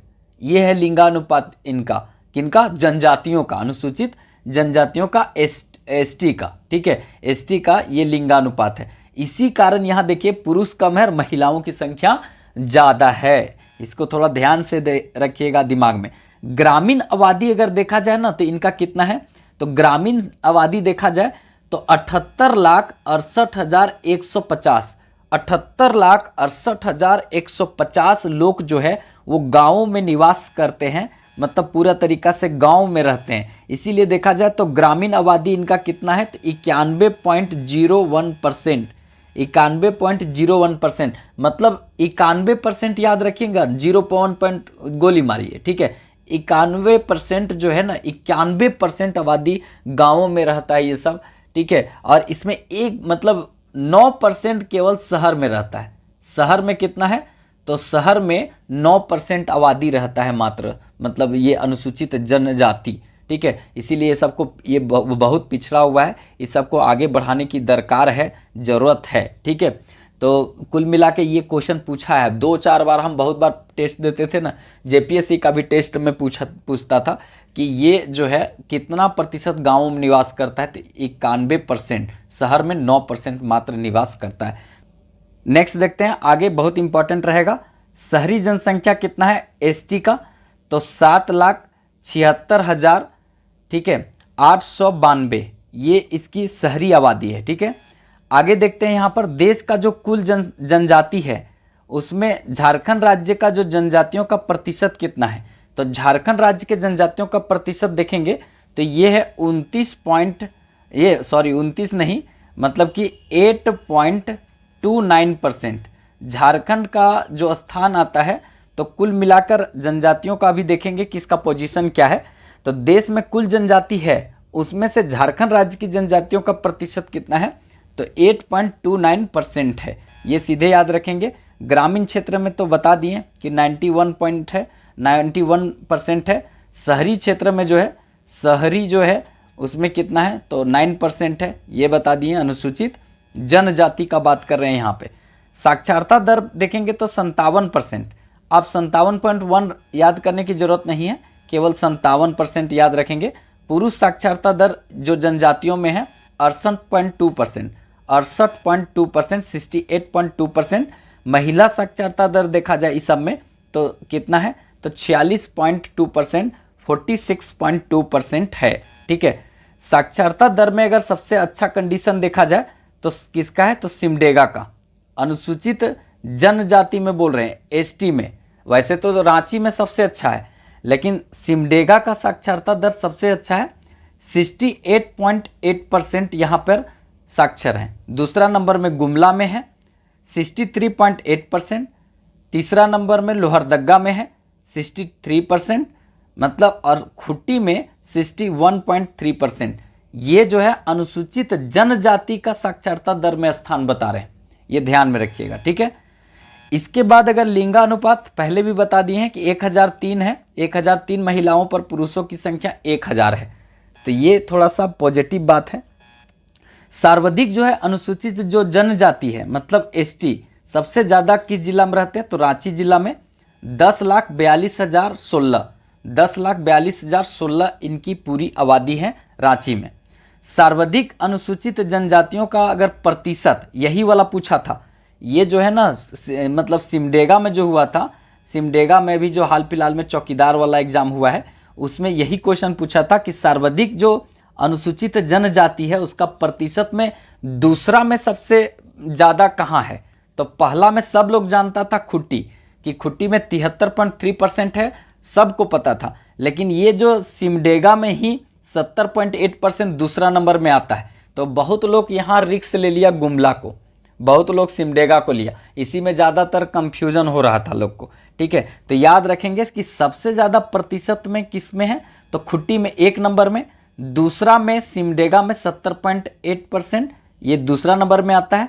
गुमला तीसरा स्थान में आता है अनुसूचित जनजाति में, तीसरा नंबर में आता है 68.9%। ठीक है, और उसके बाद देखा जाए, देखिए 73% था खुट्टी में, यहाँ पर 70.8% था सिमडेगा में, और गुमला में 68.9%, और ये देखेंगे मतलब पश्चिमी सिंहभूम में 67.3% और लोहरदगा में 56.9% होगा। तो देखिए ये सब जो जो जिला में नहीं हुआ है अभी एग्जाम, वो सब जिला वाले इस डाटा को रट लीजिए, जिसका जहाँ जिला है उस जिला में इसको रट लीजिए, एकदम सीधे के तौर पर क्वेश्चन पूछा जा सकता है यहाँ से। ठीक है, नेक्स्ट देखते हैं यहाँ पे न्यूनतम अनुसूचित जनजाति जो है वो वाला जिला कौन है, तो ये कोडरमा है। मतलब एसटी का संख्या सबसे कम कहाँ है, 6903, मतलब 6903 व्यक्ति मात्र हैं एसटी कहाँ पे, कोडरमा में। प्रतिशत में भी देखा जाए तो सबसे कम है लोग कोडरमा में 0.93%, और 2000 ईस्वी से 2011 के बीच में जो दशकीय जनसंख्या वृद्धि दर हुआ है वो 22% है। तो ज़्यादा खराब नहीं है, क्योंकि देश का जो है वो वृद्धि दर 17.7% है। ठीक है, तो 17.7 ये है कि 17.5 है, आप बताइएगा दशकीय वृद्धि दर, मतलब हमारा देश का, तो उसी के आसपास में, ज़्यादा खराब नहीं है। ठीक है, हमारा देश से ये खराब नहीं है। जनजातियों में इतना समझदारी है कि जनसंख्या को ढंग से कंट्रोल करके रखे हैं। तो 2000 ईस्वी से 2011 के बीच में जनसंख्या वृद्धि दर कितना हुआ है, 22% अनुसूचित जनजातियों में। और अगर देखा जाए तो अनुसूचित जनजातियों का जनसंख्या के दृष्टि से देखा जाए तो स्थान कितना है, अनुसूचित जनजाति के दृष्टि से जो संख्या हमारे देश में है उसमें हमारा राज्य का स्थान अगर देखा जाए तो 6वां होता है। ठीक है, संख्या की दृष्टि से। और अनुसूचित जनजाति में अगर प्रतिशत की दृष्टि से देखेंगे तो हम 10वें स्थान पर आते हैं। प्रतिशत में हमारे यहाँ जनजाति कितना है उसके दृष्टि से देखा जाए तो ये हम आते हैं 10वें नंबर पर, संख्या में 6ठे नंबर पर आते हैं। और ये केंद्र शासित प्रदेश को जो इंक्लूड करके बोल रहे हैं। ठीक है, सबसे बड़ा जो अनुसूचित जनजाति है हमारे यहाँ वो कौन है, संथाल। ठीक है, 31.86%, 31.86% जो है हमारे यहाँ अनुसूचित जनजाति में संथाल लोग केवल है। ठीक है, और अगर देखा जाए तो आदिम जनजाति में सबसे बड़ा कौन है, तो ये माल पहाड़िया, माल पहाड़िया जो है 46% है अकेला। ठीक है, तो ये भी याद रखेंगे, सीधे तौर पर क्वेश्चन पूछा जाएगा। और सर्वाधिक जो है अनुसूचित जनजाति जो है वो कौन सा है जो शिक्षित है और विकसित है, तो उरांव, उरांव सबसे विकसित और शिक्षित है। तो ये याद रखिएगा सीधे तौर पर। देखिए 2-3 चीज़ हम बता देते हैं यहाँ पर। कुल जो अगर पूछा जाए कुल जनजाति जो है, जनजाति कितना है, तो अभी जो है पुरान को जोड़ देंगे तो 33 हो जाएगा। ठीक है, तो 33 में देखा जाए तो 8 आदिम है, आदिम जनजाति 8 है। इसमें अगर कभी पूछे जाएगा कि सबसे बड़ा कौन हो गया, तो 1 नंबर में माल पहाड़िया, दूसरा में कौन हो जाएगा आदिम में सोरिया पहाड़िया, ठीक है, सोरिया पहाड़िया, तीसरा में परहिया, और चौथा में कोरबा। ठीक है, कोरबा ये चौथा में, ये आदिम जनजाति है। और अगर ऐसे पूछेगा जनजाति में, ये आदिम जनजाति बताएं, आदिम जनजाति। ठीक है, आदिम जनजाति में अगर हम आपसे ये पूछ दें कि आप हमको ये बताइए कि मतलब नॉर्मल जो जनजाति है, मतलब सिंपल जो जनजाति है, मतलब आदिम उदिम नहीं लगा हुआ है, केवल जनजाति, तो 1 नंबर में सबसे बड़ा है संथाल। ठीक है, संथाल। 2 नंबर में कौन सा है, उरांव, जो सबसे विकसित और सबसे पढ़ा लिखा जनजाति है। फिर उसके बाद 3 नंबर में मुंडा और 4 नंबर में हो आता है। तो याद रखेंगे जनजातियों का जो सबसे ज़्यादा जो बोले जाने वाला भाषा है ऑस्ट्रिक भाषा, ठीक है, ऑस्ट्रिक भाषा। तो याद रखेंगे, ये भी कभी कभी क्वेश्चन पूछता है। तो वैसे जनजाति से संबंधित एक बहुत बड़ा वीडियो हम दिए हैं, ठीक है, 17-18 पेज का वो PDF है। तो ये सब दिया हुआ है, एक बार जा करके चैनल प्लेलिस्ट में जा सकते हैं, देख सकते हैं। एक पुराण जो है जुड़ा है, नया जनजाति पुराण, ठीक है, तो 33 हो जाएगा, तो इसको भी याद रखेंगे। तो ये जनजाति से संबंधित जितना ये 2011 के सेंसस में था, जनसंख्या जनगणना में था, तो उसको हम यहाँ पर रखे हैं और सब डाटा है, इसको अच्छे से पढ़िएगा। अगर ये वीडियो में 500 लाइक अगर मिलता है, 500 लाइक, ठीक है, तो हम इस वीडियो का PDF जो है वो टेलीग्राम में दे देंगे, ठीक है। तो नीड है कि 500 लाइक आप लोग करेंगे, ठीक है।